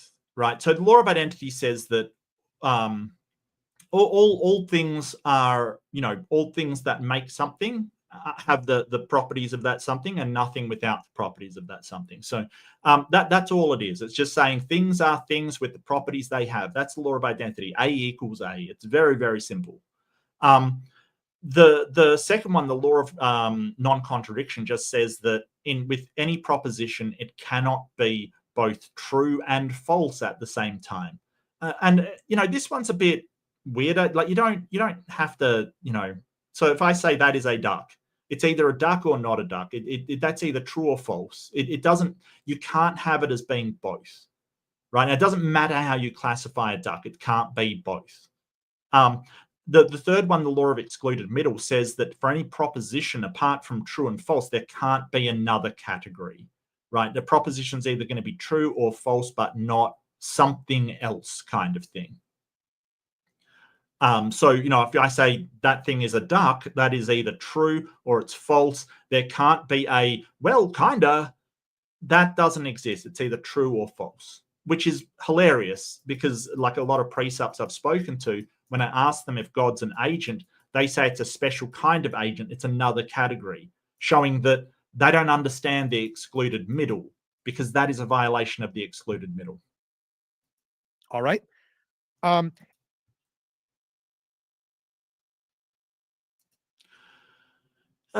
It's not about choosing the Blarney Stone. It's about recognizing that the very coherence of the system requires the Blarney Stone as is. Yes, you've just proved my Blarney Stone. If I'm a pre-supper for Blarney Stone, as well as the invisible magic dragon, as well as the ghost of many colors who decides the universe, as well as Nil, the creator, the non-God creator of creator gods, and every single other possibility. Because your argument, when you're not doing what I'm saying, put in a contrary and see if it still works. But you're not doing that.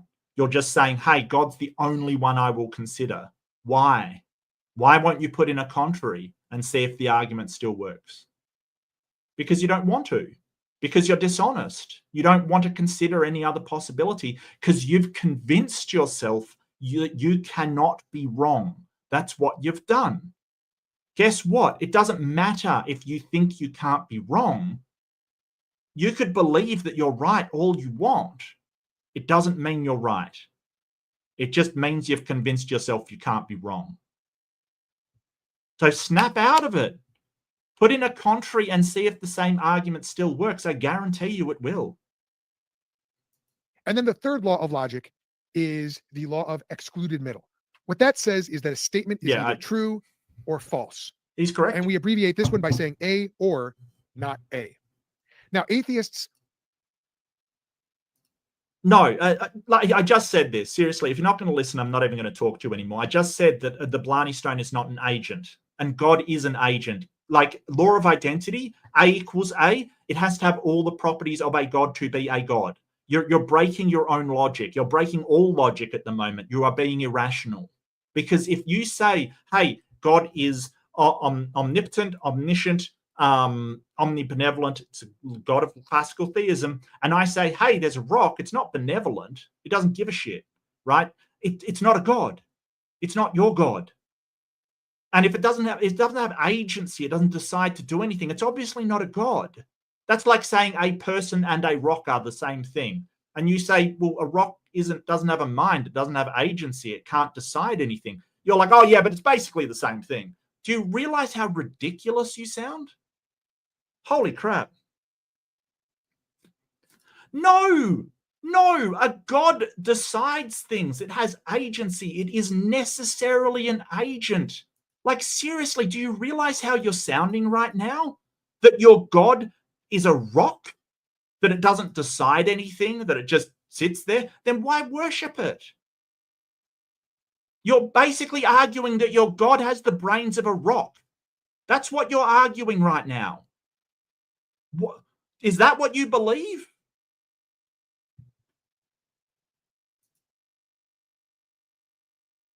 You're honestly saying that your God. All right, we learned it first from Kian. His God has the brains of a rock. Congratulations. Wow. All right. Well, maybe that explains a great deal of the Bible, quite frankly. But if that's what you're arguing, so be it. Your God is a magical rock. Congratulations, I guess. Why would we worship a magical rock? Why would the magical rock write a Bible? Oh, that's right, it wouldn't. Ridiculous. Will often try to point to the Bible and say that it has contradictions. What they're doing is they're making an appeal to the second law of logic, the law of non-contradiction. But can an atheist, in good conscience, being consistent with his own worldview, actually make such an argument? Yes. It's not like anybody denies the laws of logic. And this is the trick that precepts play. They basically go, well, if you believe in laws of logic, then you believe in God, because I've presupposed that the God gives us the laws of logic. It's just a trick. I could do that. Like, you know, if you believe in the laws of logic, then you believe in a magical Blarney stone, an unthinking rock that does everything. Because if you believe in the laws of logic, then you believe in the Blarney stone. It's the stupidest argument ever. I'm really sorry, but this is dumb. This is begging the question. It's basically assuming the truth of your conclusion and then asserting that anything that you say is foundational upon your begging the question. Now, why is begging the question bad? As I've said before, as Kian has failed to prove, it is basically assuming that everything that you say up front is true. And you can do that with anything, literally anything. So, and the weird thing is about precepts is they don't beg the question for anything else. You know, they don't say, hey, you know, this person is guilty because we know he's guilty. And look, all of our conclusions say he's guilty because it's using the system that found him guilty. We don't do that because it's such an irrational, illogical thing to do. And precepts won't do it except for one thing and one thing alone. They're God. They special plead for it. They say, hey, no, it's not wrong when we use it for God. God's special. And that's also a fallacy. Such an objection. No, he cannot. And here's why. The laws of logic must be there if someone is going to appeal to them in order to refute Christianity or what have you. But what are these laws of logic? They are propositions which are mental in nature. Okay, they are conceptual in nature, which means they exist in a mind. Yes, Kian, if you presuppose something, you'll prove that it exists based upon that presupposition. You can do it with literally anything. That's what begging the question is. It's like literally anything.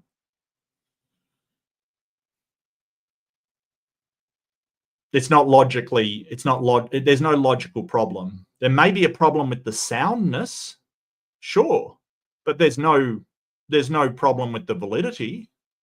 So yeah, you're wrong. They are also absolute. There are no exceptions to them. Well, we don't know that for sure. That's the thing. I think that the laws of nature or the properties that the universe have are absolute as far as this local presentation of the universe is concerned. I will acknowledge that. It seems to be consistent.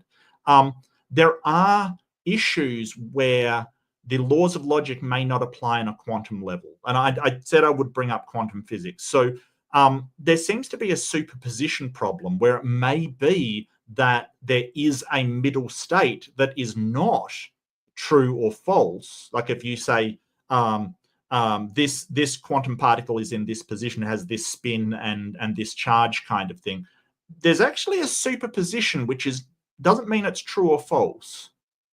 There's something else, right? And we get paradoxes, you know, like we have this question of paradoxes, like, you know, this statement is a lie. And so it does seem like there can be like sort of these logical laws don't apply conceptually, like to abstracta. There seems to be no reason why they would apply to superposition either. We don't know. It may be consistent. The laws of logic may be consistent, but I'm not convinced they're absolute. I wouldn't make that claim. I think that's a very, very, you know, bold claim. They're definitely ubiquitous, especially on a local level. I think they're incredibly reliable. And, you know, I would put my trust in them because they keep being reliable. They keep producing consistent results. But I wouldn't go so far to make that claim. So I think Joel has to sort of make that claim that even on a quantum level, there is no excluded middle, because he's saying it's impossible. Okay, which I don't know that's the case for sure. It may be. So, and here's where I sort of go back into the transcendentals, as they're called. I don't think they're transcendent between the physical and some kind of supernatural, or, you know, material world and some kind of other magical world with your imaginary friend doing things. I don't think that. I think they're just transcendent between the physical and the conceptual.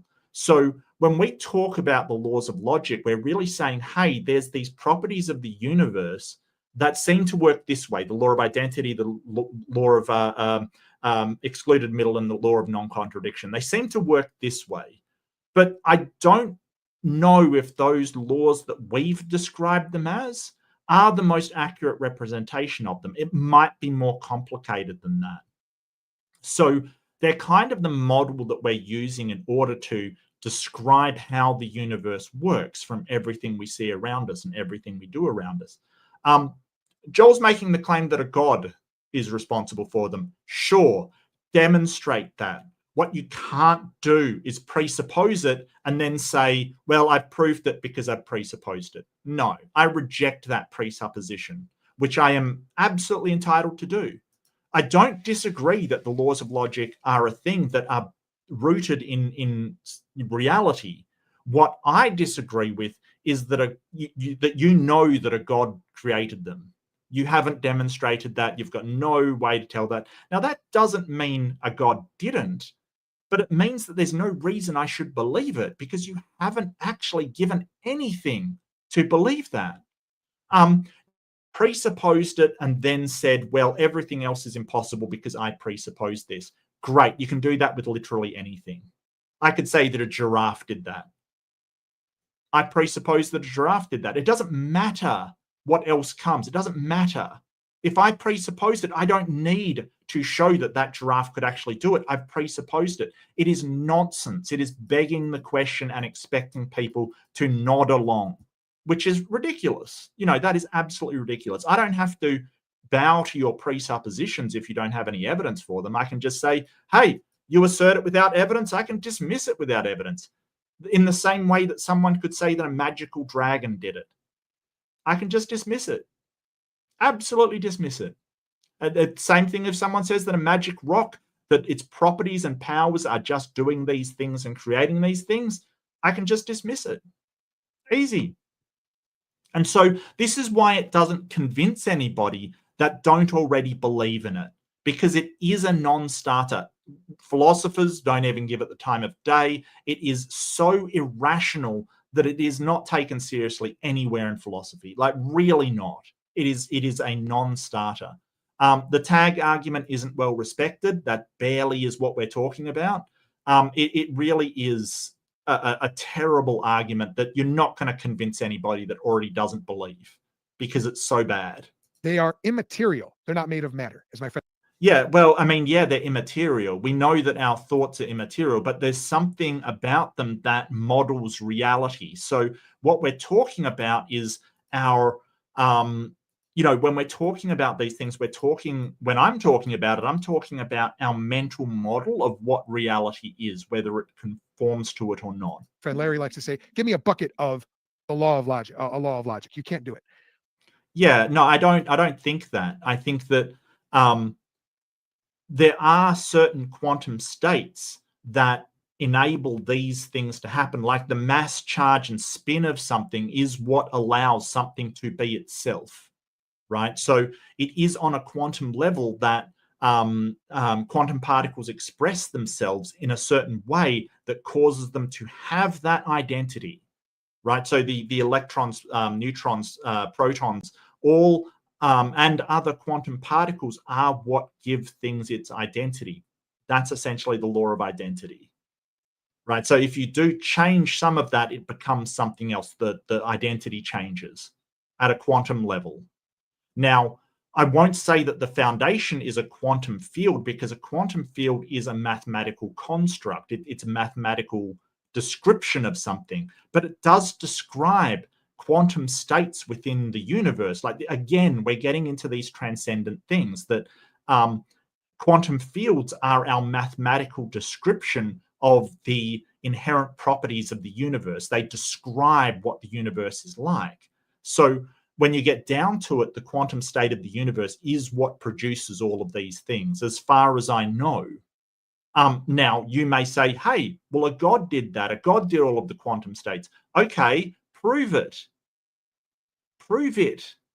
Like, don't just assert it or presuppose it or whatever, but it seems to me that the quantum states of these universes, because quantum states, they're kind of like fluctuations as far as I understand it. Like I said, I'm not a quantum physicist. I do know one. I'll probably ask him. But, you know, it kind of is the way that things are. And like exacerbations in the quantum sort of foam, essentially quantum or the quantum vacuum, but in the quantum foam are generally what gives things what they are and why things cannot be one thing or the other. So when you drill down to it, it is that sort of is providing us with the laws of logic. Now, does that mean that exactly is the laws of logic, identity and stuff? No, that's not written anywhere in quantum fields. And it wasn't like, I think that a God came down and wrote it on the universe. No, that's not what we're talking about. It's what we're saying is that the laws of logic that we talk about are an attempt to describe the fundamental properties of the universe, right? And the universe may just have formed in that way. Can a universe form without those laws of logic? I don't know. I haven't seen another universe. That's the thing. We're willing to say, hey, we don't know if these things are universal across all cosmos, across all universes, across everything. We don't know for sure. We don't think so, but, I haven't seen another universe to find out. It is the precept that's going, well, I'm going to presuppose a God did it, and then by that presupposition conclude that a God did it. Well, no, I'm rejecting that completely. That is nonsense. You could do that with a magic rock. You could do that with a magic unicorn. You could do that with a flying spaghetti monster. You could do that with almost anything, and it would still work. And that's why it's such a terrible argument. They are unchanging over time. And furthermore, there are three. Are they? I don't know that for sure. I don't know that for sure. I mean, I know that experiments have been done with light to freeze it in place and things like that, properties that light wouldn't ordinarily have, that doesn't have in the universe. So I'm not 100% sure on that. As I said, I'm not sure that the law of non-contradiction and excluded middle apply to a quantum level. So I don't know that for sure. It seems that way. I will acknowledge it seems that way, but I don't know that for sure. Three, and yet those three are unified, perfectly unified into one. Perfectly unified. How would you know that? How would you know if they couldn't be more unified? What does that even mean with the law of identity, non-contradiction, excluded middle? Perfectly unified. I don't think they're perfectly unified. That's a weird thing to say. It's very strange. Solid entity that we call logic. One transcendental, there's the word that I'm looking for, called logic. Each one is a transcendental, but logic. Well, I've got a different opinion. I think that logic is sort of a description of the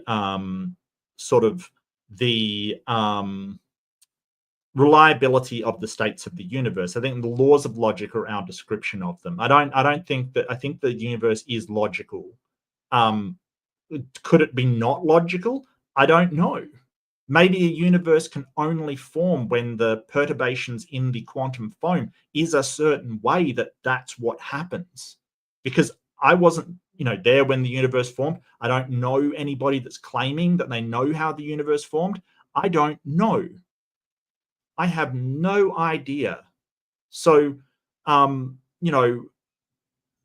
this is just claims. You've got to demonstrate these claims. And, Joel's demonstration is that he presupposes a God. It's not a very good demonstration. It's the worst demonstration. It's basically like, well, I'm right because I assume I'm right.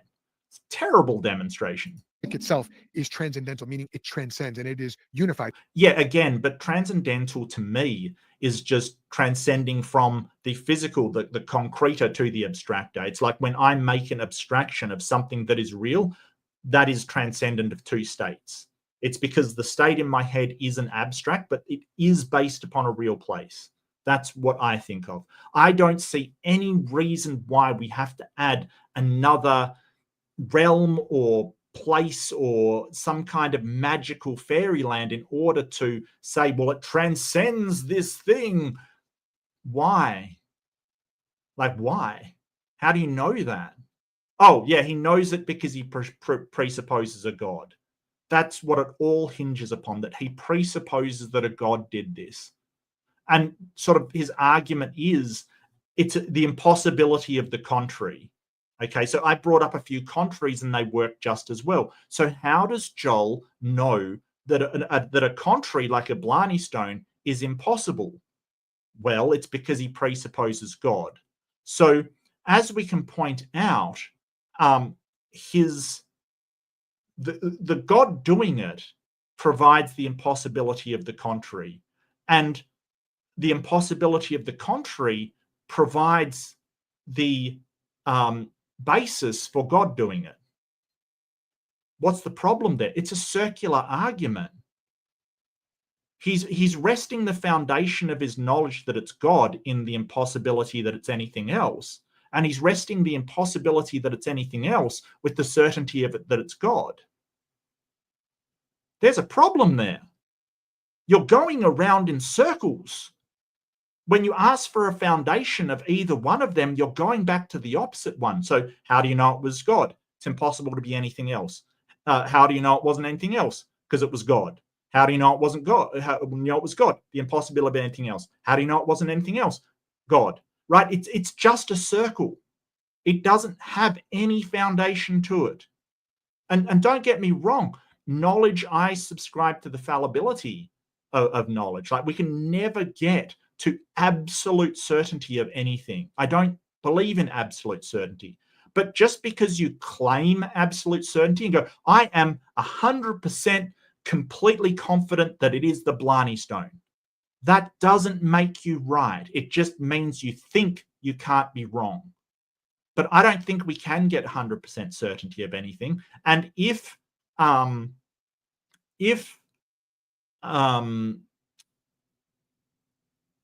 you're so certain, then you should be able to provide justification, and you don't. All you do is beg the question. Start with the presupposition of God, confirm that it's God.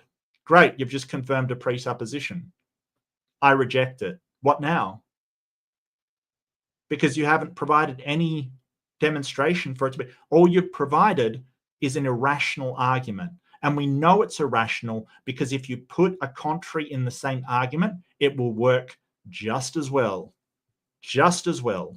Right? It goes beyond matter and energy. Okay, these are concepts. Now, atheism has no way to ground the laws of logic. Sure it does. I just did. Quantum foam. I just did, Joel. I just did. That's grounding it in quantum foam. Where did that come from? I don't know. That doesn't mean I haven't grounded the laws of logic. Okay, it doesn't mean I haven't. The universe could naturally form under natural means to have these excitations, these perturbations in the quantum foam, giving identity, non-contradiction, excluded middle. You don't need more than that. You want to claim a God did all of that was responsible for that? You prove it. You don't go to me and say, hey, you prove it wasn't a God that made the quantum foam or made these excitations. No. You're the one claiming it, Joel. You show that it's a God. I don't know why the universe came about the way it came about. Without God. Here's why. There is nothing in the material and energetic world, matter and energy, the world of matter and energy, that is immaterial, number one, unchanging, universal, absolute, and triune. Three. Well, I don't know where the triune came from. I don't know why that's important. It seems to be, well, there's three laws of logic. No, that's just the way we're describing the natural properties of the universe. It's not like you say, hey, physics has X laws, so the God has to have three things, or the reason has to have three. No. Just like physics, we make up physics, these laws of physics, but they're not something that exists out in the universe. They're our descriptions of things. They're basically how we are showing the universe to work. It's not, and I don't know why we've made up three laws of logic, therefore it has to be triune. No. Don't be stupid. That's like saying, hey, there's four laws of thermodynamics, so your explanation has got to be quadroon. Come on, Joel, try harder than that, seriously. Actually, there might be a zeroth laws of thermodynamics as well. Anyway, I I'm not a physicist, but I do know that just because we make up certain laws doesn't mean that the explanation is a triune explanation. Like, come on now, it's ridiculous. Like, seriously, it's a non sequitur that because we made 3 laws of logic, that the explanation for the laws of logic has to be a triune thing. Like, seriously. Oh yeah, gotcha. It's the 0th, 1st, 2nd, and 3rd. Yep, gotcha, Leo. Thank you. Yeah, so why is it that obviously you think God is behind the laws of thermodynamics? Why isn't a quadroon God? Your own logic doesn't work. In one. Now, an atheist might want to appeal to a form of Platonic idealism where laws of logic or different forms just are. But when they do that, it really demonstrates. Yeah, I don't conform to Neoplatonism. No, I don't think there is like sort of a law of logic that's the Platonic law of logic that all laws of logic. No, I don't think so. But I think that he's just not considering that the universe has certain properties, and we describe those properties as the laws of logic, and that is the abstract description for something that actually is. But that doesn't mean that those laws are 3 laws that apply. Like, they're just a way of interpreting the universe. And I don't know on a quantum level whether those laws hold. They may do. They might not. We don't know. That's the whole point. And you're claiming you do know. And that's the problem, because you're refusing to back it up, except with well, I assumed it's a God, so I'm right. No one cares. No one gives a shit. Nobody cares. Ignorance, because Plato had a whole worldview. It wasn't just this concept of forms floating out in the ether. There was this whole worldview of another realm where we pre-existed and we used to live there, and we examined these forms prior to coming to Earth. And it was we have spirits that used to live in that realm. And atheists deny 99.9% of everything else Plato said, and then they affirm just this one thing as sort of a fallback safety net. Oh, well, maybe logic just exists out there.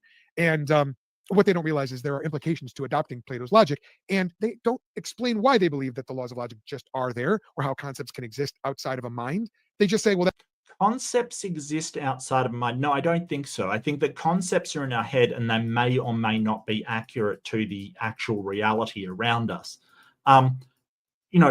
So I've got to make this sort of, this real thing of the laws of logic, and then the natural properties of the universe that we're describing that are based upon the exacerbations in quantum foam, in the quantum field, even though the quantum field, again, is a model, it's a mathematical model.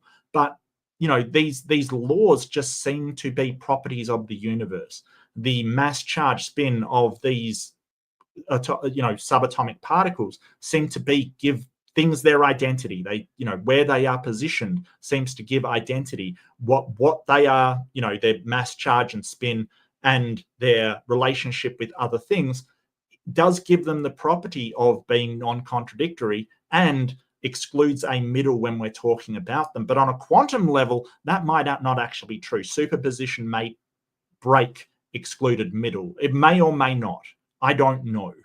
But I don't know why the properties and positioning of quantum excitations is not enough to give you those properties of identity, non-contradiction, excluded middle. I don't know why, like, it has to be a God.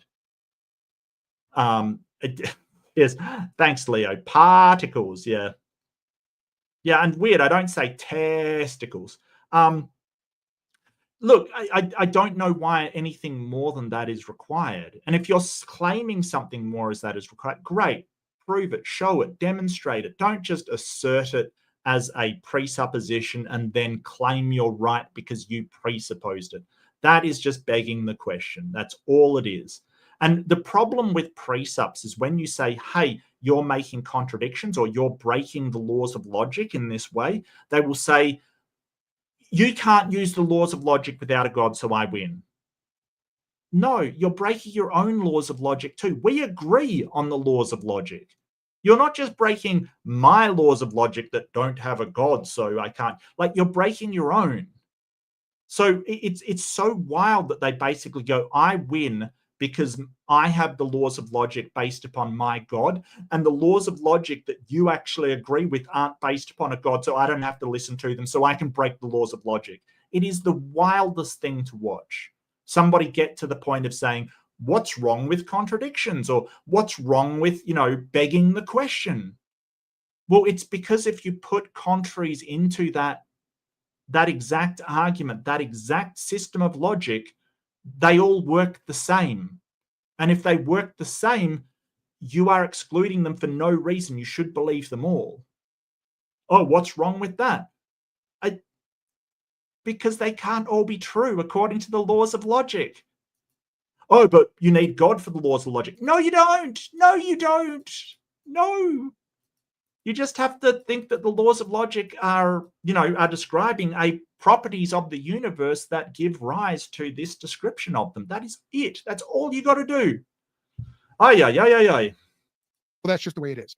And we don't have to investigate any further. Logic just is. It's a presupposition. I don't have to justify it. Well, that's the same thing as saying, I have this belief. It's arbitrary. It's totally ungrounded, totally unjustified, but I just believe it. All right, great, Kian. What's the sufficient reason for God to exist? For anything to exist, there must be an explanation for why it exists. God exists. What's the explanation for why it exists? Knock yourself out. What's the explanation for why God exists?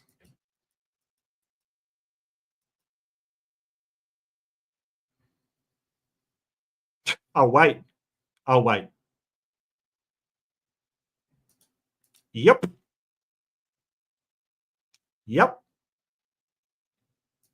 Jay's got it. Yep. And that's no way to go about Congratulations, Kian. You played yourself. Your life. And that's not a way to make an argument.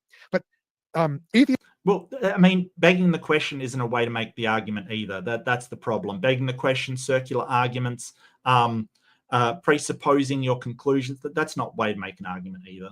Atheism cannot account for logic. And furthermore, if the atheist is an evolutionist, he's even more up a creek and even more without a paddle. And let me tell you why. Oh, really? If your brain, if all of your thinking is purely the result of it. And that's special pleading. Yep.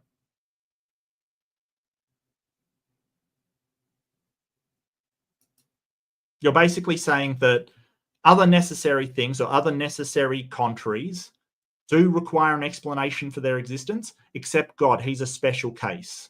That's what you're doing. You're special pleading, which is a logical fallacy. Non-rational process of time and chance acting on matter through natural selection, whether you believe that that is a chance. No. So this sort of shows that Joel doesn't know a lot about evolution, because nobody that knows about evolution would say, oh, well, it's just chance. No, it's not chance. Evolution is highly deterministic. There is a factor of chance in there. We would call that evolutionary drift. Or genetic drift, genetic drift. That is sort of the chance that you're talking about. But no, it's not chance. It's not random. It's nothing about it is random. It's all determined by what is advantageous to the environment. So if cognition is advantageous to the environment, that will develop naturally over time. If aggression behaviors are advantageous to the environment, that will develop over time. If running and hiding is advantageous to the environment, then that will develop over time. Nothing about it is chance. It's not chance that, this animal gets faster when being chased by, when its species is being chased by another species. It's not chance. It's determined. A totally random process, or you believe that it is somehow biologically deterministic, which. Okay, so what is the justification for God's necessity? It really begs the question in favor of, a divine lawgiver. But let's just say you. No, it doesn't. It doesn't suggest a divine lawgiver at all. It doesn't at all. And it actually is against it, because if you're suggesting a maximally omnibenevolent God, then there's a whole load of suffering built into evolution. So it actually shows that it's probably unlikely, because things have to suffer in order to produce organisms that are adapted or evolved for their environment. So it actually sort of things. Okay, so even if I granted infinite regress, which I'm not even sure infinite regress is a problem, for the sake of argument, let's grant it. How do you know that that ends in a necessary God and not something else? You haven't justified it. Congratulations, you've debunked yourself. You believe that way. It doesn't matter. Either way, the process that led to your brain producing these thoughts was a non-rational process. But by definition, anything that emerges from non-rationality is non-rational or No, absolutely not. I don't know why that follows. Anything that emerges from non-rationality, any rationality that emerges, it has to emerge from non-rationality. No, I don't see that at all. Plus, if you're claiming that the laws of logic are universal across the universe, then the entire universe is rational. It works in a rational way. That's sort of how we're describing the universe. It has an inbuilt rationality. So if rationality arises, it's arising from a rational logical system. So that's why I would describe the universe as being logical. It works within a logical way. And that logic we describe with the laws of logic. So it's not arising from non-rationality. It might be sentience rising from non-sentience, or perhaps consciousness arising from non-consciousness, but it's not from irrationality. Like, what is it to apply irrationality to the universe? Like, how can the universe be operating irrationally? That doesn't make any sense at all. So this is Joel assuming that the universe is acting rationally because a God was the rationality to give it rationality, which is just such nonsense. Like, it just acts how the universe acts. And consciousness arose. That's it. irrational. And that means that your beliefs about logic are not rational. They're just survival mechanisms. Well, They're not rational. They're just survival mechanisms. No, I don't think so. So Joel doesn't understand evolution because survival mechanisms are things that help you survive and thrive. That might not be true of rationality. In fact, irrational things are sometimes the better survival mechanism. That's why we have irrational anger, right? Like we hear a rustle in the bushes and assume that it's an animal, even though there's no evidence for it. It's kind of irrational, but it is a survival mechanism, right? These fight or flight triggers, they can be irrational anger. Someone might not actually rationally be a threat, but you consider them one because it's a survival mechanism. That is complete horse hockey, and Joel does not understand evolution. that's not what we're talking about when we're talking about logic. You don't get universal, unchanging, absolute, three. Don't know they're unchanging. Don't know they're absolute. Don't know they're universal per se. They might not apply to quantum levels of stuff. So much to hear is just presupposition and basically just bald assertions, just assertions. And one laws of logic outside in a framework where everything is just irrational. That is irrational. No, the universe isn't irrational and it's not rational. It works in a logical way. That's all. Like, seriously, Joel, you can't say the universe is rational or irrational. Like, come on now. It's so ridiculous. It doesn't have a mind. You can't apply rationality to it. To believe that makes no sense. So that's why we say atheism makes truth meaningless, because without logic, there can't be truth. Yeah, everybody says there's logic. Like, everybody says there is. Like, that's the thing. He wants to say, hey, I have a monopoly on logic because I've got a God who made it. Show that he made it. No, I presuppose that, but only I get logic. Look, as long as we agree on logic, who cares? You think it comes from a God? Great. Show me that's the case and I'll believe it. Until then, whoop-de-doo. You say it comes from God. Okay, you've made a claim. Great. If I agree that that logic exists, wherever it comes from, we can make statements based upon that logic. We don't need to know where it comes from in order to use it. And I can definitely prove that. You don't need to know where your car was made in order to drive it. It works regardless of where it was from. You don't need that information. But you're sort of saying, hey, I know where the car was built, so only I can drive the car. Get out of here, man. Like, seriously? It still works. And wherever you think it came from, I think it's just a product of the way the universe formed. That's what I think. Prove me wrong, Joel. I'm going to presuppose that. Now prove me wrong. You know, like he can't. All he can do is appeal to his own presuppositions. True statements are logical by definition. All right, now, how does atheism make science impossible? Man, we've talked about this a ton. Which factory? Which factory? Bet you don't know that. But there are really two things I want to zero in on, these two. Unless it's a, yeah, no, if it's a Cybertruck, it doesn't actually work. That's kind of hilarious. Principles, and they are uniformity in nature and inductive reasoning. Let me take a drink of my coffee here while you think about those two terms. Yeah, so uniformity of nature just seems to be a property of the universe. It is uniform across the board until we find that it's not. All right, let's start with uniformity in nature. Uniformity in nature says that the future will be like the past, and unobserved cases will be like observable cases or observed cases. Sure, that's induction. Inductive reasoning is our mind's response to that. It is drawing conclusions based on limited data, but we're drawing conclusions about the whole. And that, again, assumes that uniformity is there in nature, that nature behaves in a consistent, faithful, reliable way. Anytime you take a sample of something. Yeah, because that's what we observe, Joel. We observe the uniformity of nature. We observe the thing happening the same all the time, everywhere. That's what we observe. We don't just make that up. We don't just presuppose it. We actually, he's a Psi 10 disciple. So, you know, so basically a guy who's followed Psi 10. So real, you know, real condescending energy probably comes from Psi 10 Brogankate. Something and then draw conclusions about the whole, you are performing inductive reasoning. Anytime you go to Costco or the supermarket and get a sample of chicken teriyaki, and then you go and buy that package of chicken teriyaki, you are engaging in inductive reasoning because you're taking a sample and concluding about the whole. Now, atheism absolutely destroys the foundation for uniformity in nature. Let me guess, the foundation for uniformity in nature and induction is God. That's why we're destroying it. And inductive reasoning. Let's start with inductive reasoning. If your mind is the product of evolutionary processes, unguided, blind. It's not unguided. It's not blind. Joel does not understand evolution. You don't. It's not unguided. Evolution is necessarily guided, right? It is guided. It's not just not guided by a god or a being or anything like that. It is guided by fitness and environment. That's what it's guided by. You do not understand evolution. Joel, stop talking about it. You don't understand it. Okay? You don't.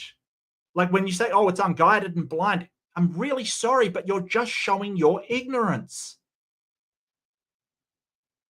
Evolution is mostly a deterministic system. It will keep producing the fittest for the environment. And guess what? The fittest, as it turns out, is animals that can use induction. At a certain level, that is what is best for that environment, for that organism. But maybe it's not for an earthworm. Maybe an earthworm can't use induction. It survives just fine. But guess what? We don't. If we don't use induction, we do not survive. So we absolutely need it through the evolutionary process. It's so bad. Like I wish these apologists would stop talking about evolution when they haven't studied the first frigging concept about it. It is embarrassing. Watchmaker forces. Then there is no reason to believe that your mind is aimed in any way at reasonable conclusions, or that there is any connective principle between what goes on between your two ears and the world around you. Sure it does, because when we accurately have a model between our two ears, it is easiest to survive in the world around us. So we use cognitive behaviors that will produce accurate, truthful models of the world around us. This isn't hard to understand. And induction works. That's the whole thing. Holy crap.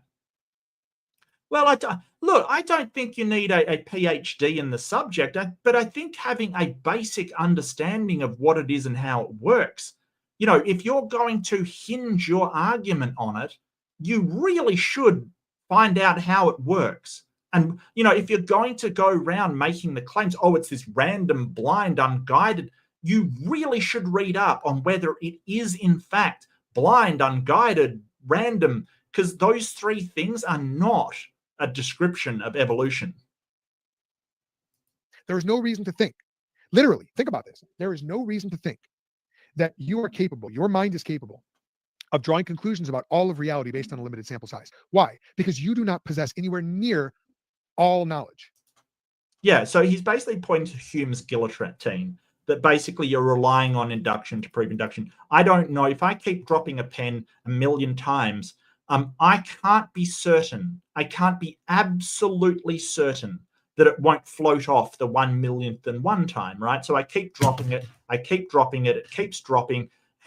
I can't know with absolute certainty that it won't float off.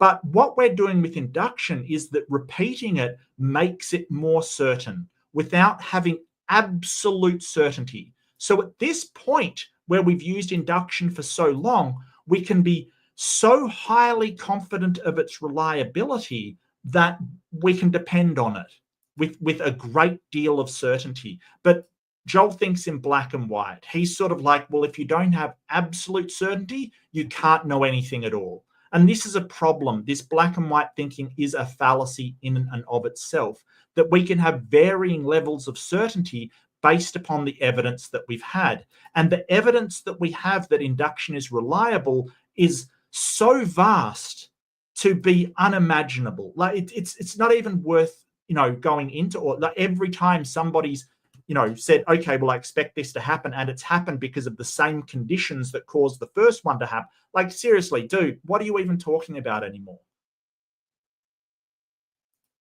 That means that there could be some fact out there that undercuts everything that you think that you know. Great. Well, if that happens, we'll deal with it, but it hasn't happened, has it, Joel? So we continue to say, hey, induction seems to be really reliable. Are you absolutely certain that that pen won't float away when you drop it? Well, no, but until that happens, I'm not going to, it's not even worth questioning whether, because I have such a high level of confidence in induction that it's almost close to being a properly basic belief. And the reason why isn't because I presuppose it. The reason why is because it keeps being reliable. They will sort of go, well, what happens if all induction breaks and your pen floats away? Does that happen? Can you make that happen? But the problem for theists here is, why should you trust induction? Even if there is uniformity of nature, God could make a miracle. Why do you trust it? Because God could change things so your pen does float away. You're in a worse position. Because at any point, God could just go, well, induction's not working anymore. I've decided it's not. That is what a miracle is. It is necessarily a violation of the laws of nature or induction. It is something that we go, hey, that shouldn't happen, and still does. So in your worldview, induction can be broken. In mine, it's working fine, and I'm not saying it's absolutely true, but if it stops working, we have a problem. It's so wild, like, seriously.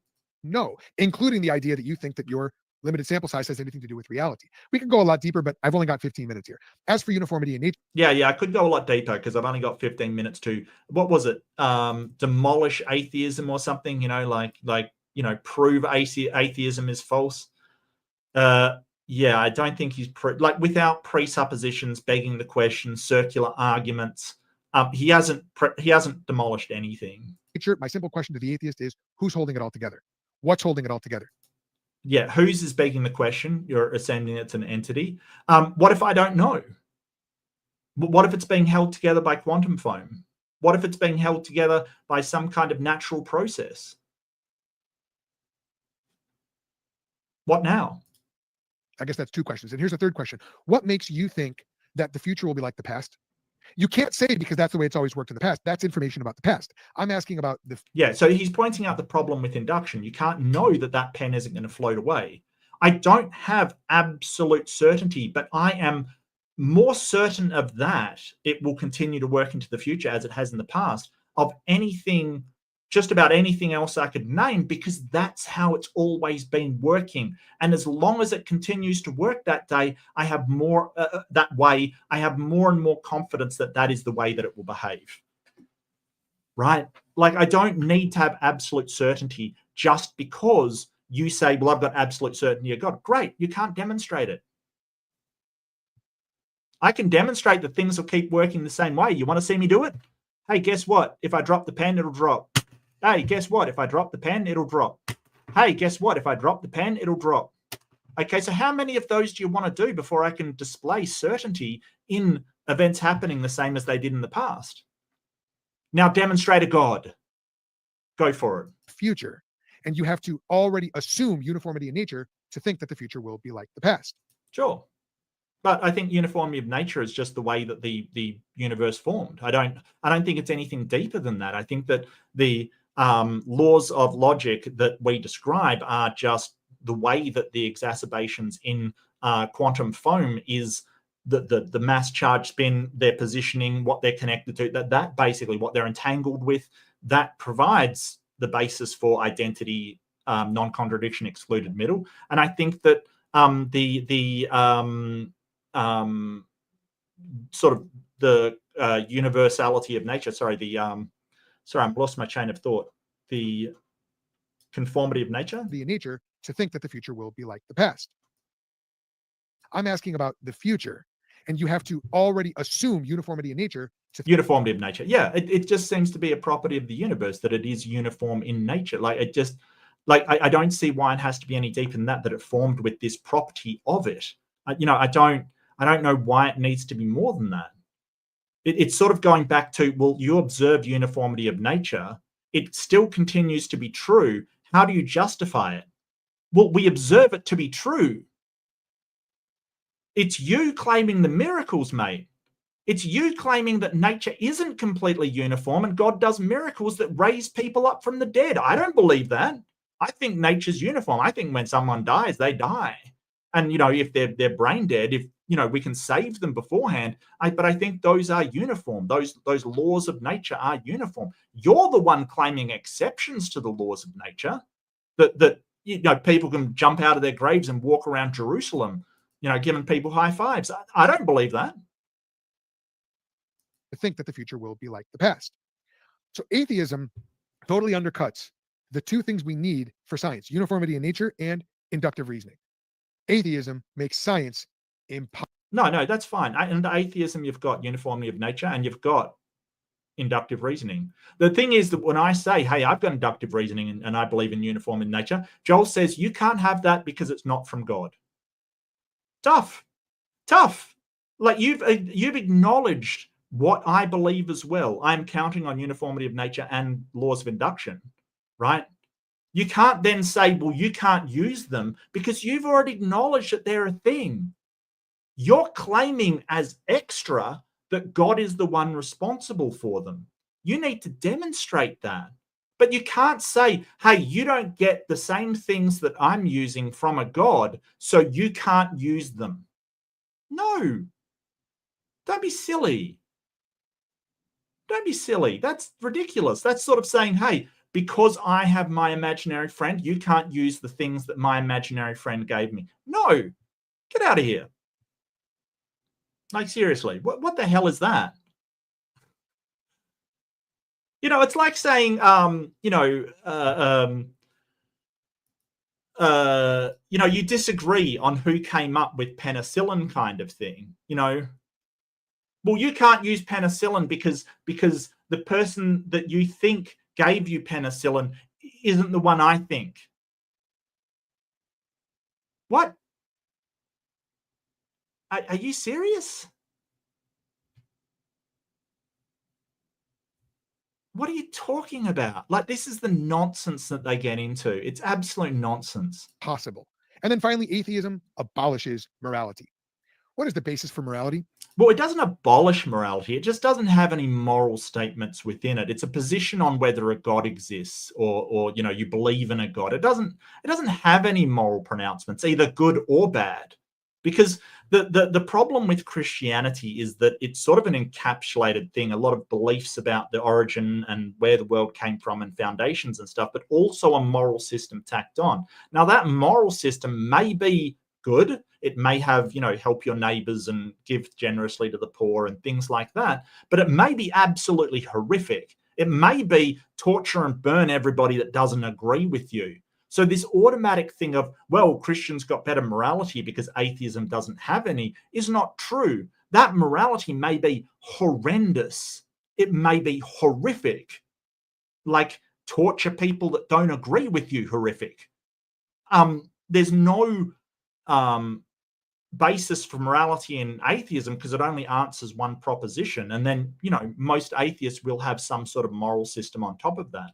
But saying that it prevents morality, no, it doesn't.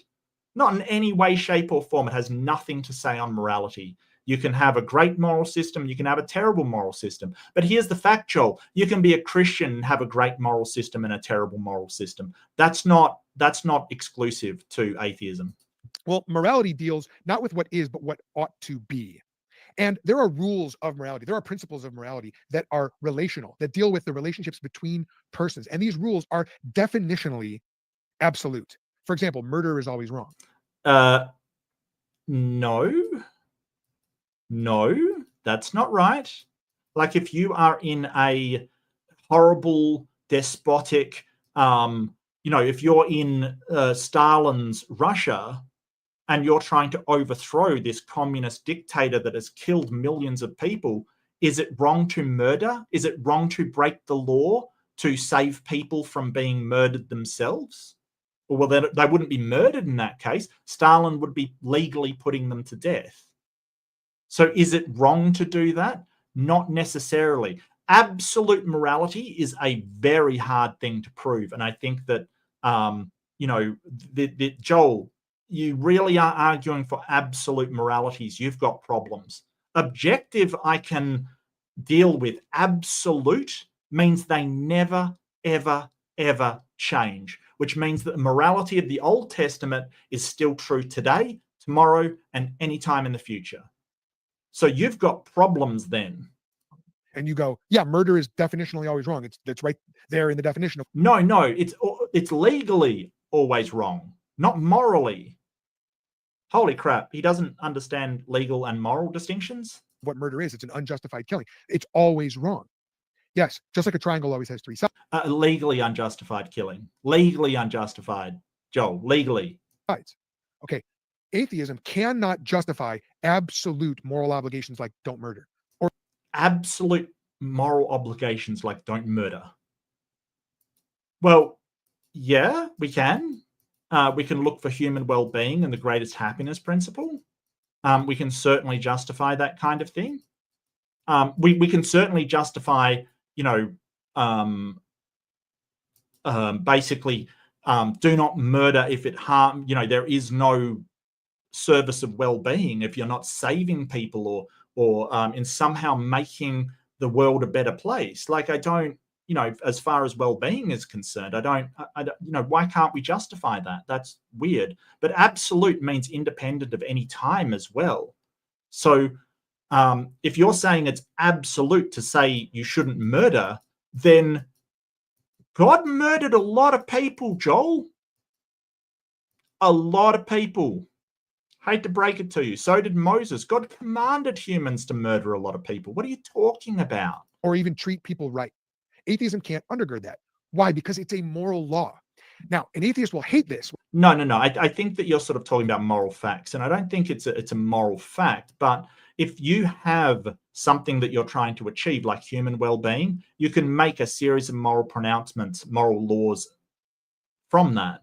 I don't see why you need a God to do that. And the whole fact that there's a whole bunch of secular countries with a lot less crime and a lot less terrible stuff happening than some of the Christian ones, I'd love for you to explain that.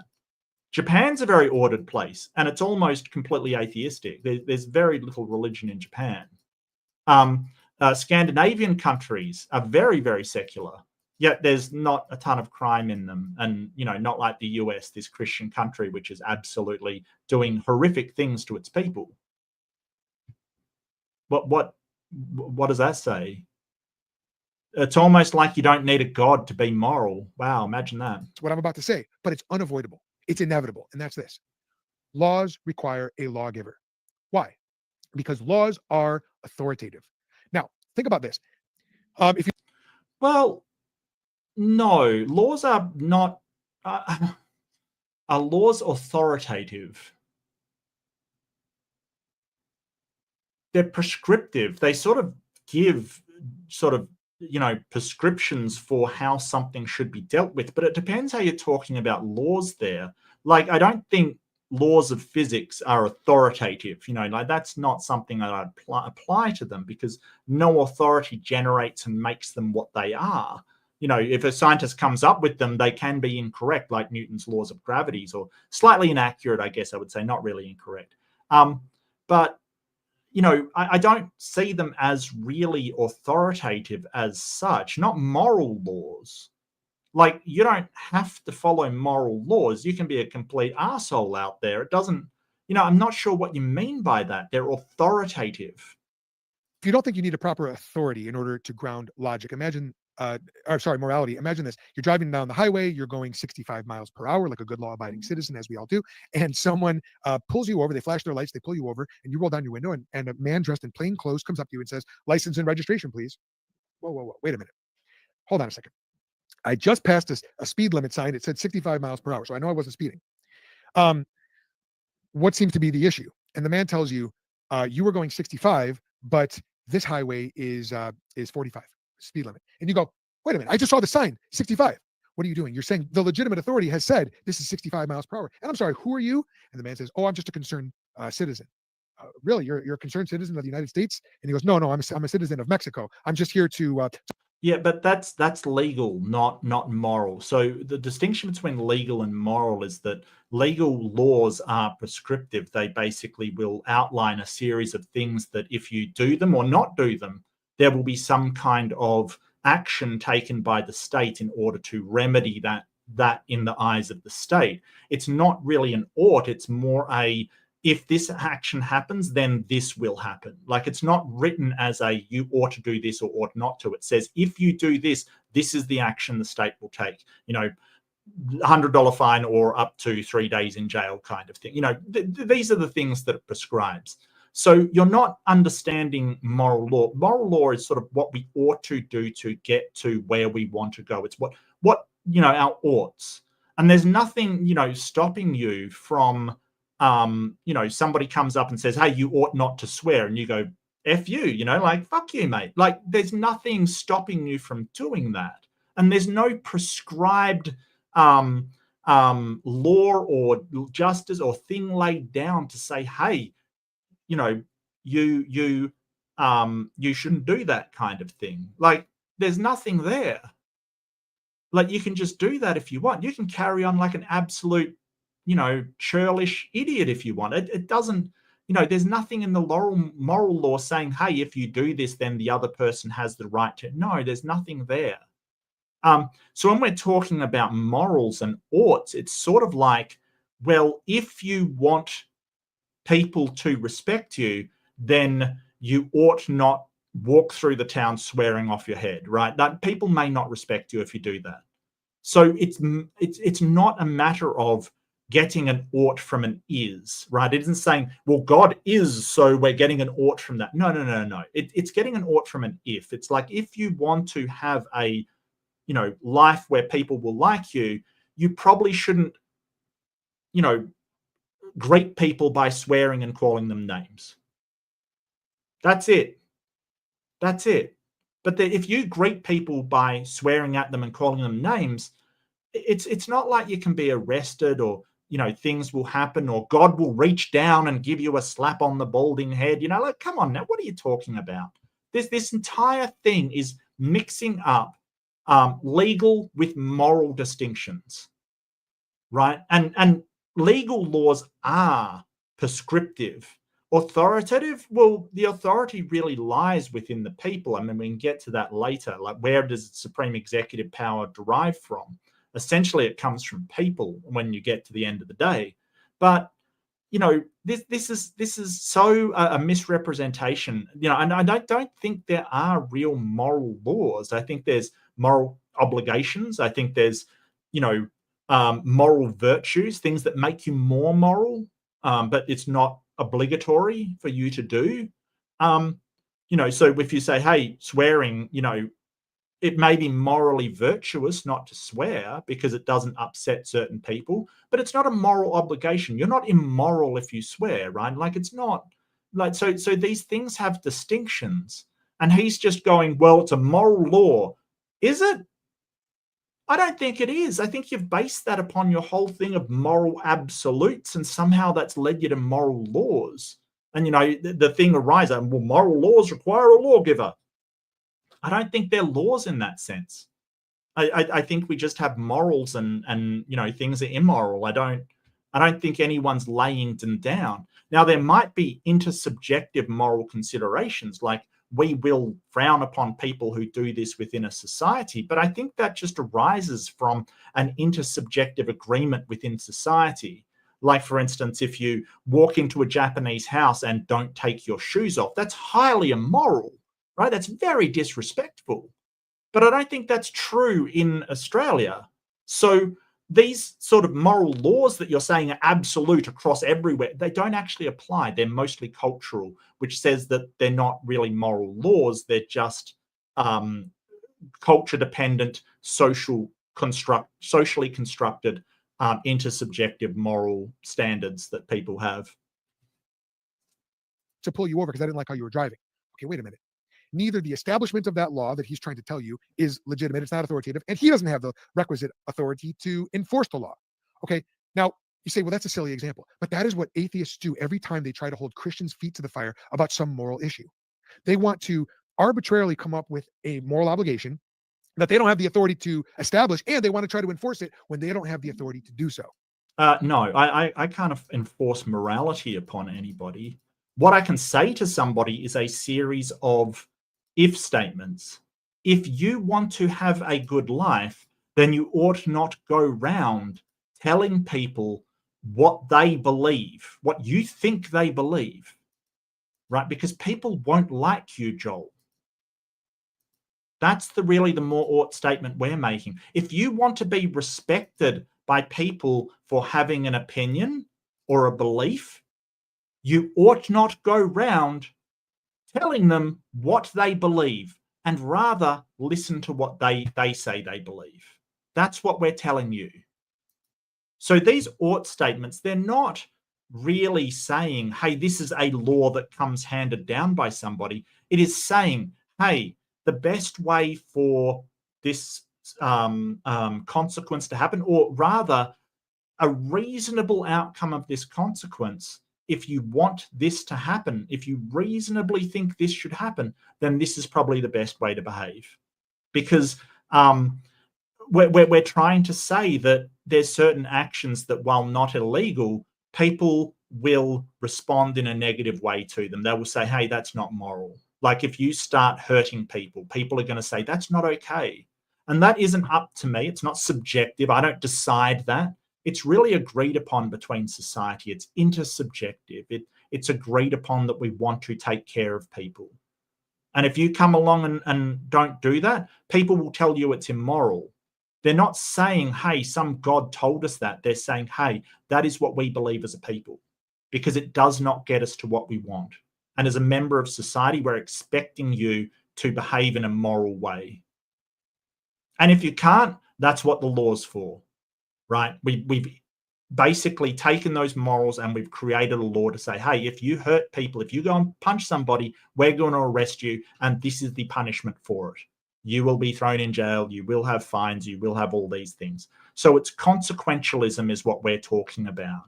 And so when we say, hey, you ought not to tell people what they believe, it's saying this will not get you to an honest conversation if that's what you're after. And if you're not after an honest conversation, then why should I talk to you anyway? Authority is delegated, and they don't have it because they don't believe in God. Authority more like, so supreme executive authority, as far as politically speaking, comes from the people. And John Locke and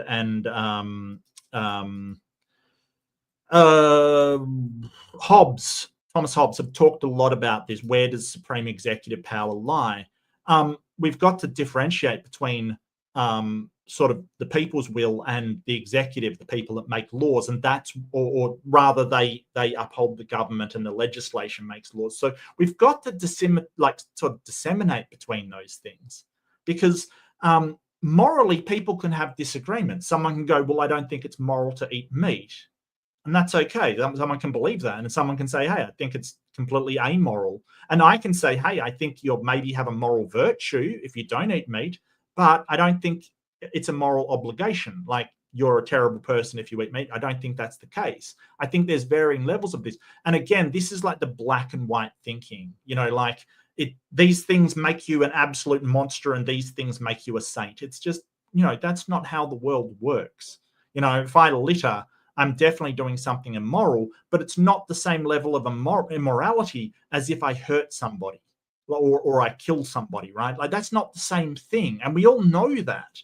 And the question is, well, why is that? Well, it's because if I care about human well-being and I want human well-being, littering may be immoral and it may affect it a little bit, but killing someone is way worse towards that goal. It will take me much further away towards that goal. So, this idea that it's black and white, we can show that that's demonstrably untrue.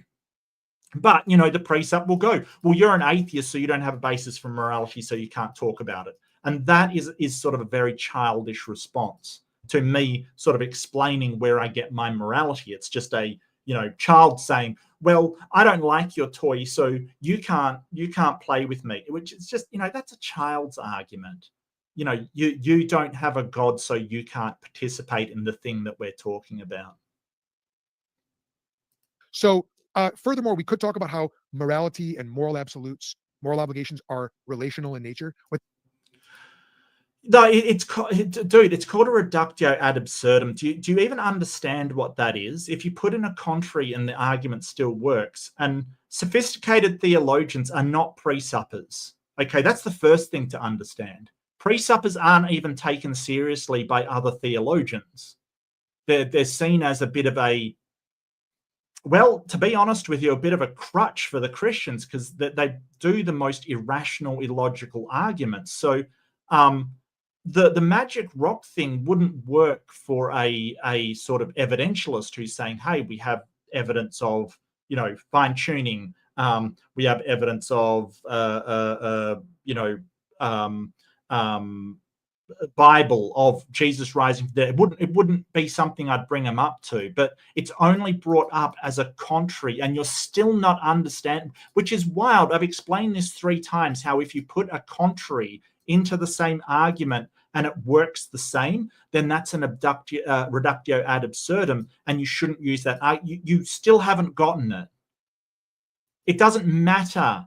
The whole point is that the contrary is absurd. That's the point. You're missing it, which is wild, because I've explained it 3 times. That almost anything can be put in that argument and it still works. Tell me how it doesn't work. Instead of saying, hey, that's silly, which isn't an argument, tell me how it doesn't work. Tell me how it doesn't work in the argument, because you haven't yet. All you've said is the magic rock is a god. Like, God has the intelligence of a rock, apparently, according to you. And now you're saying, well, that's silly, which isn't an argument. Explain to me how it doesn't work in the argument, and then we can go further. If not, then it works in the argument and you have absolutely zero argument to present, because it is a contradictory argument. What that means is the absolute authority that they come from must be relational as well. If you're going to have an absolute, necessarily true moral, absolute moral obligation, it must come from an absolute authority who has the attributes that are needed to ground that moral obligation. In this case, the absolute authority must be relational and interpersonal. So that's just a little reminder. It must be relational and interpersonal. I don't think that's true. I think that if you have a goal of human well-being, that you can have morals that apply to yourself, like the morality of, oh, well, I should go to the gym or something. If your goal is human well-being, then that applies whether, even if you're the only person in the universe, right, and human well-being and your own well-being is important to you, then exercise or eating healthy or not eating poison, I guess, that isn't interpersonal. It isn't. It is only with yourself. It is personal. So that's not true. I think that morality can apply even with one person in the universe. I think that it depends on what that moral framework is, that meta-ethical goal is. Reminder that we need the triune God of Scripture here, who is 3 in 1, who is relational, who is love, and not any other God. But we're not talking about other gods. We're talking about atheism. Now, so far, we've seen that atheism undercuts truth, science, and morality. Yeah, he's shown no such thing. He's just asserted it. And the reason why it does, so the reason why he's claiming it undercuts it is because atheism says that the God doesn't exist. And he's basically begging the question and asserting that God is the foundation for all of these things with no demonstration. He's just making a claim that God's the foundation and then saying, well, if you don't have the foundation, you can't have these things, and therefore atheism undercuts it. That's simply the argument that he's making. Yeah, that's bad. That's really bad. That's nonsensical, but sure, that's the one he's making. That if I assume God is responsible for all of these things, atheism can't be true because God is responsible for all of these things. Yeah, it's a nonsense argument. It's circular. And of course, to begin with, he's begging the question that a God is responsible for all of these things. But what about Christianity? Is Christianity any better? Yes, of course. Christianity provides the solid basis for logic. If Christianity is true, of course there are 3 laws of logic that are absolute, immaterial, unchanging, universal, knowable, and show that those 3 laws are related to your 3 triune God.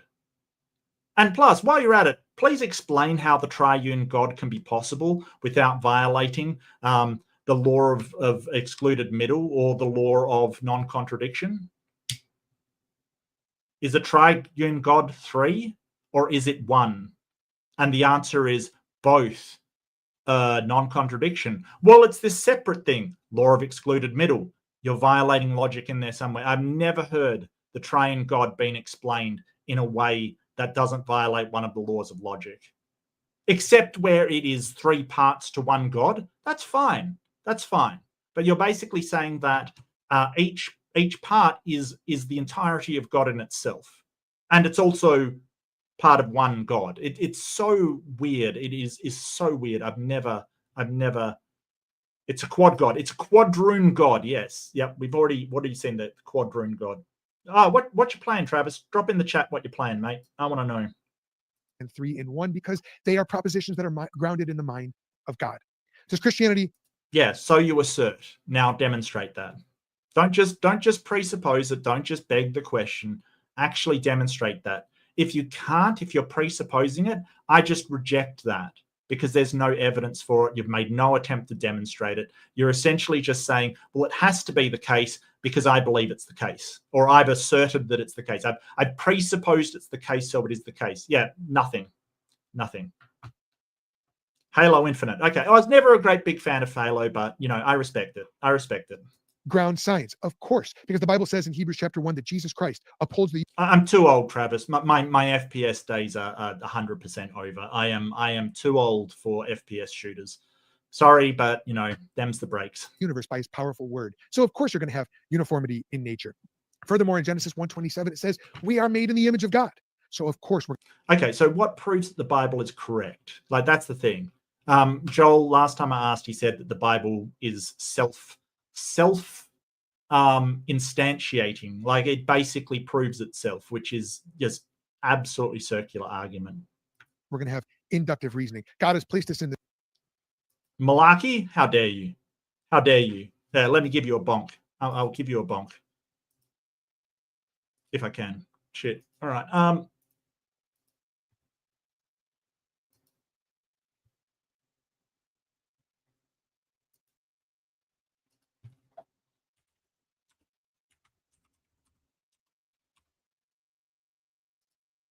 Oh, yeah. Okay.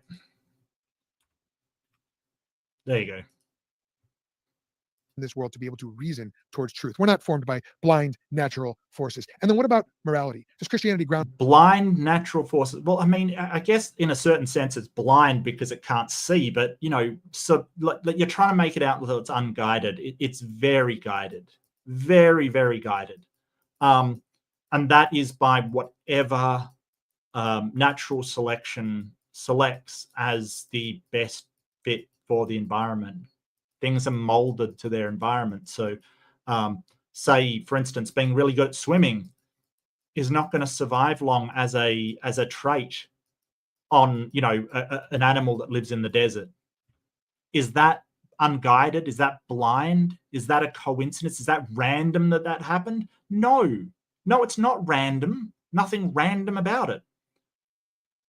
Morality, of course. All through human history, God has been giving us moral obligations. Some of those are... Yeah, so I think Joel just ends with preaching here. And sort of, this is what I've noticed that the precepts, and Joel included, do at the end. When they run out of arguments that carry any weight whatsoever, they start on the preaching. God loves you, God wants you to do this, God wants you to do that. It's just trying to reiterate his presupposition that he's presupposed there's a God, and he knows what the God wants. He wants to tell you what the God wants. He wants to assert all of these things that the God wants you to do.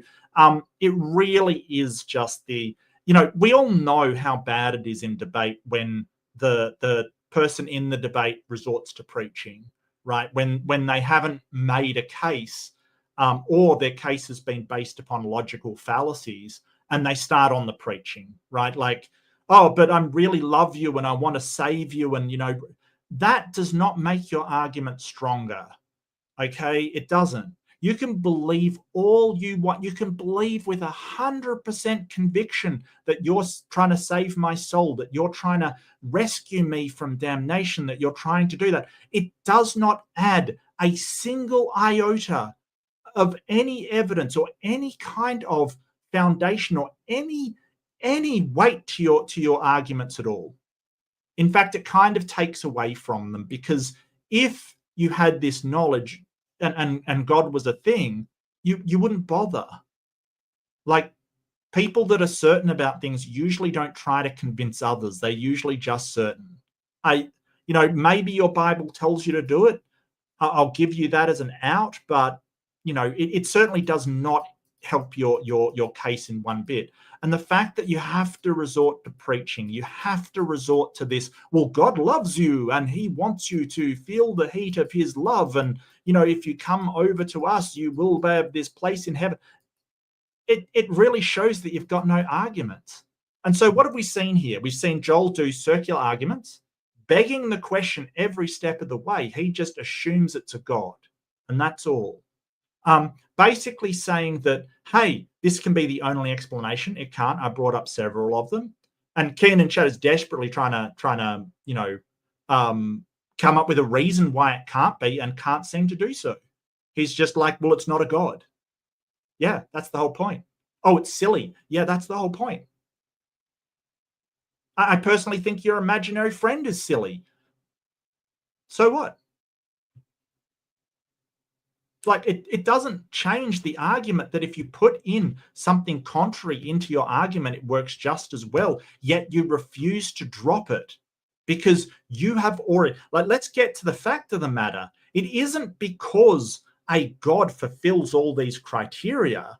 That isn't the case. Like, let's put that to rest right now. It isn't because a God fulfills any criteria. It's because you believe it was a God and presupposed it, thereby confirming later that it is a God. You're just begging the question. That's all you're doing.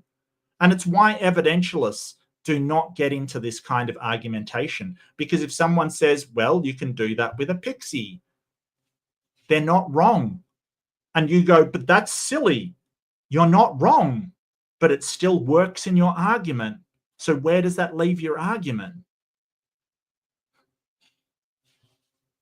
It leaves it absolutely destroyed, because, yeah, the God itself is silly. Your magic man, your imaginary friend who thinks that you're going to go to the magical place after you die, that is silly too. Sorry to break it to you. That is absolutely silly as well. And if your only argument is, well, I have to presuppose this thing as the origin of all these other things which exist or sort of exist a bit or have some sort of, existence to them, then you don't have an argument. You have an assertion.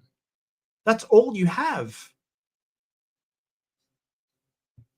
And the rest is just tap dancing around why people can't use something else silly than your magical creator God in there. It doesn't work. Because if you presuppose it, it doesn't have to meet any of your criteria. It just is. Because you've presupposed it.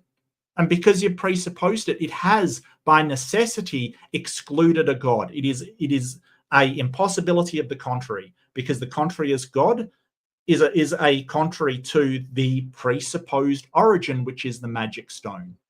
So you've literally got nothing.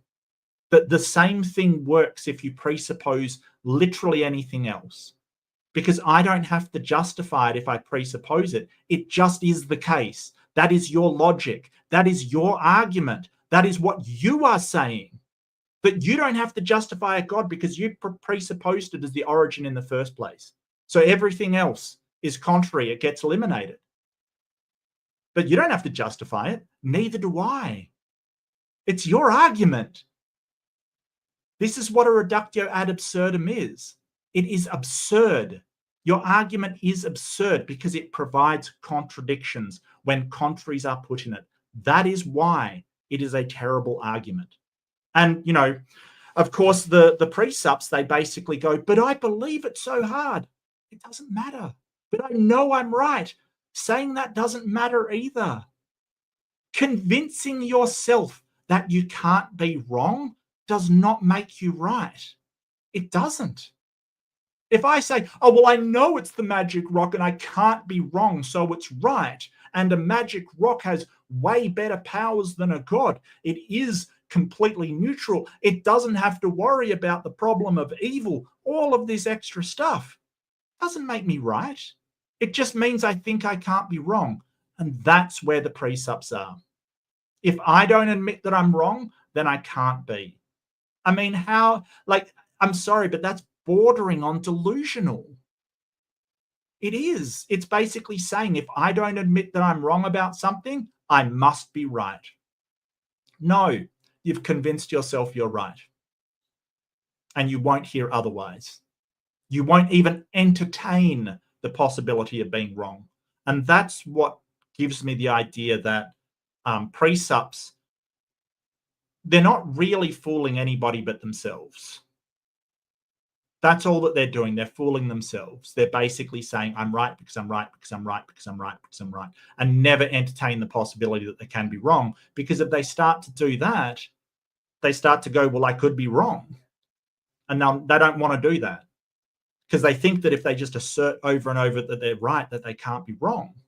And that's not how anything works. That is not how anything works. I can be 100% certain with absolutely certain beyond any level of anybody in the known history of the universe. And I could still be wrong. Not admitting it doesn't get you out of it. Sorry, it just doesn't. And what's more telling is when you ask how they know it's a God, it's a song and dance about how he's the origin of all of these things and, presupposing a God, begging the question, using irrational thinking, using thinking that is so devoid of critical thinking. It's incredible. So, no, I don't think you're right. You could be, but I don't think you are. And I don't believe that you are. And I don't need to prove that in order to be an atheist. I just have to believe that your reasoning is unsound, which it is, that your reasoning is fallacious, which it is, and that rationality and morality and things might come from somewhere else. That's all. That's all I need. That's all I need. But it's weird that I see these precepts like Joel saying, hey, these atheists, when they don't believe that there are atheists. They think that everybody knows there's a God. And knowledge is justified true belief. So they think everyone believes that they're a God, which is automatically not an atheist. So it's really weird to hear them talking about atheists at all. It's weird. Not that I mind, it's nice that they will call me what I am, but just because they believe I know something doesn't make them right as well. Oh, but my Bible says it. Big freaking deal. What? It's such a wild thing. Anyway, that is my complete contempt of precept and everything about it. They're kind of really wacky. But the great thing is when you actually get in debate with them, this becomes obvious to everybody. Like, there's very few people out there. The only people out there that think that if you're 100% believe in God, you can't be wrong are the precepts. That's the only people that believe that. Like they are just their own echo chamber where they just keep telling each other they can't be wrong. And so, you know, in a debate, everyone very quickly sees where the problem is, and that's good for atheists. I think that the precepts, you know, especially like Darth Dawkins, he must have deconverted a ton of people, like seriously. Yeah. Oh, yeah, because it quickly becomes evident what the problem is. You know, when you bring up, well, why can't it be a magic rock? They're like, oh, but intelligibility and things. Why can't a rock do that? Why can't it just provide that as one of its powers? Because it's God. Rock ain't a god, my friend. Rock ain't a god. Unless God is as smart as a rock. But it's really good to see you, Maya. I'm going to sign out now. It was really good. Yeah, why can't a man do that? Because it's a man. Isn't God a man? Wow. Yeah, and this is what I'm talking about, Kian. You're just reinforcing my point. You're reinforcing my point. It's a magic rock. Can you prove that a magic rock can't be omnipotent, or at least maximally powerful? Go ahead, prove it. Prove that magic can't do that. I'll wait. Yeah, but at the end of the day, God's just a magic man, right? Special pleading. Yeah, I got you. Anyway, thank you so much for coming. Yeah, I was a bit harsh in this one, but I think the precepts are being harsh as well. Being told what we believe, being told that this is true, being preached at, being, you know, sort of saying, hey, you've got no basis for reality or morality or, you know, anything else is kind of harsh, because we obviously do. We obviously do.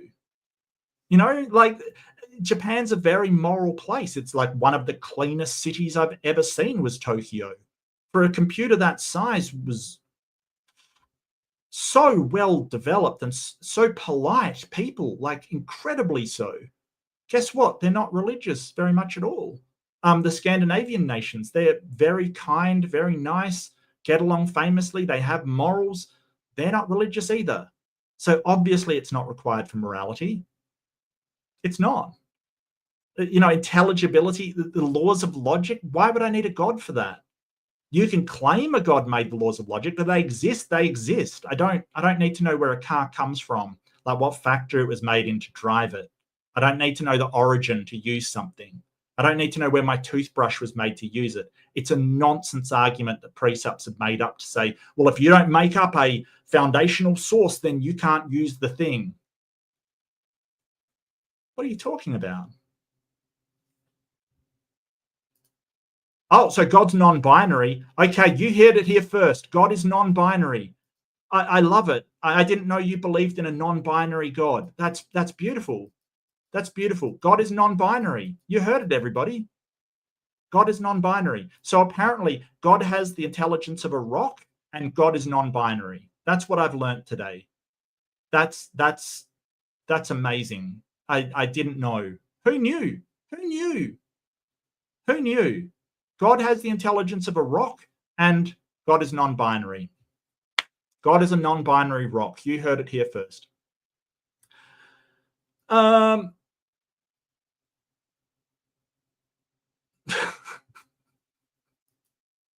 Rock is a perfect. Yeah, I mean, even, you know, it even has ground in it, which a rock is a part of. There you go.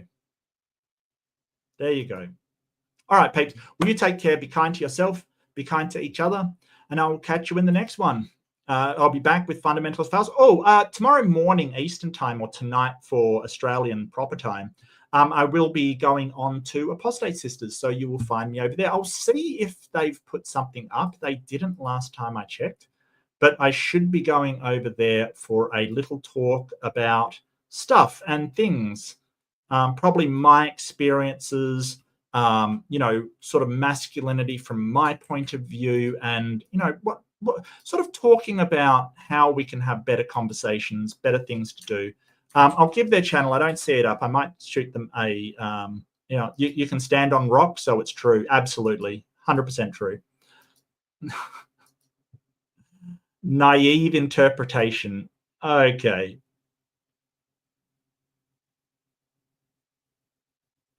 So seriously, Kian, a ton of people have deconverted. More people have deconverted.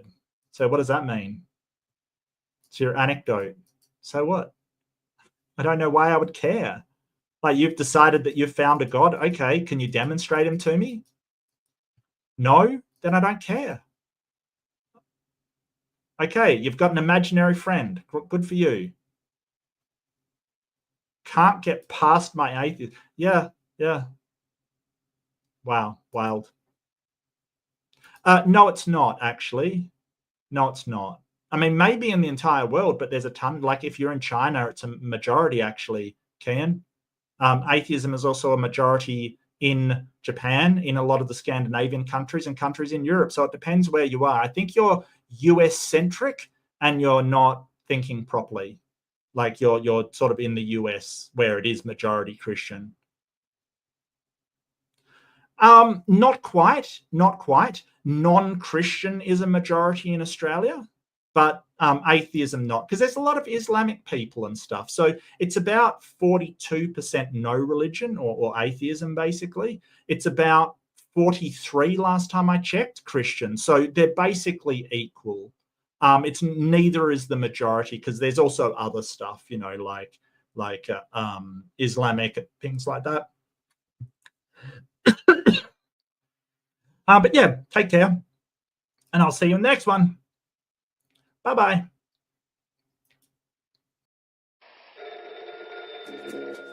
This old switchboard could talk. Wow, your ears would sizzle. 1880. We take Alexander Graham Bell's invention for granted today.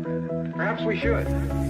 But isn't it incredible that millions and millions of people can talk simultaneously to practically any spot on Earth?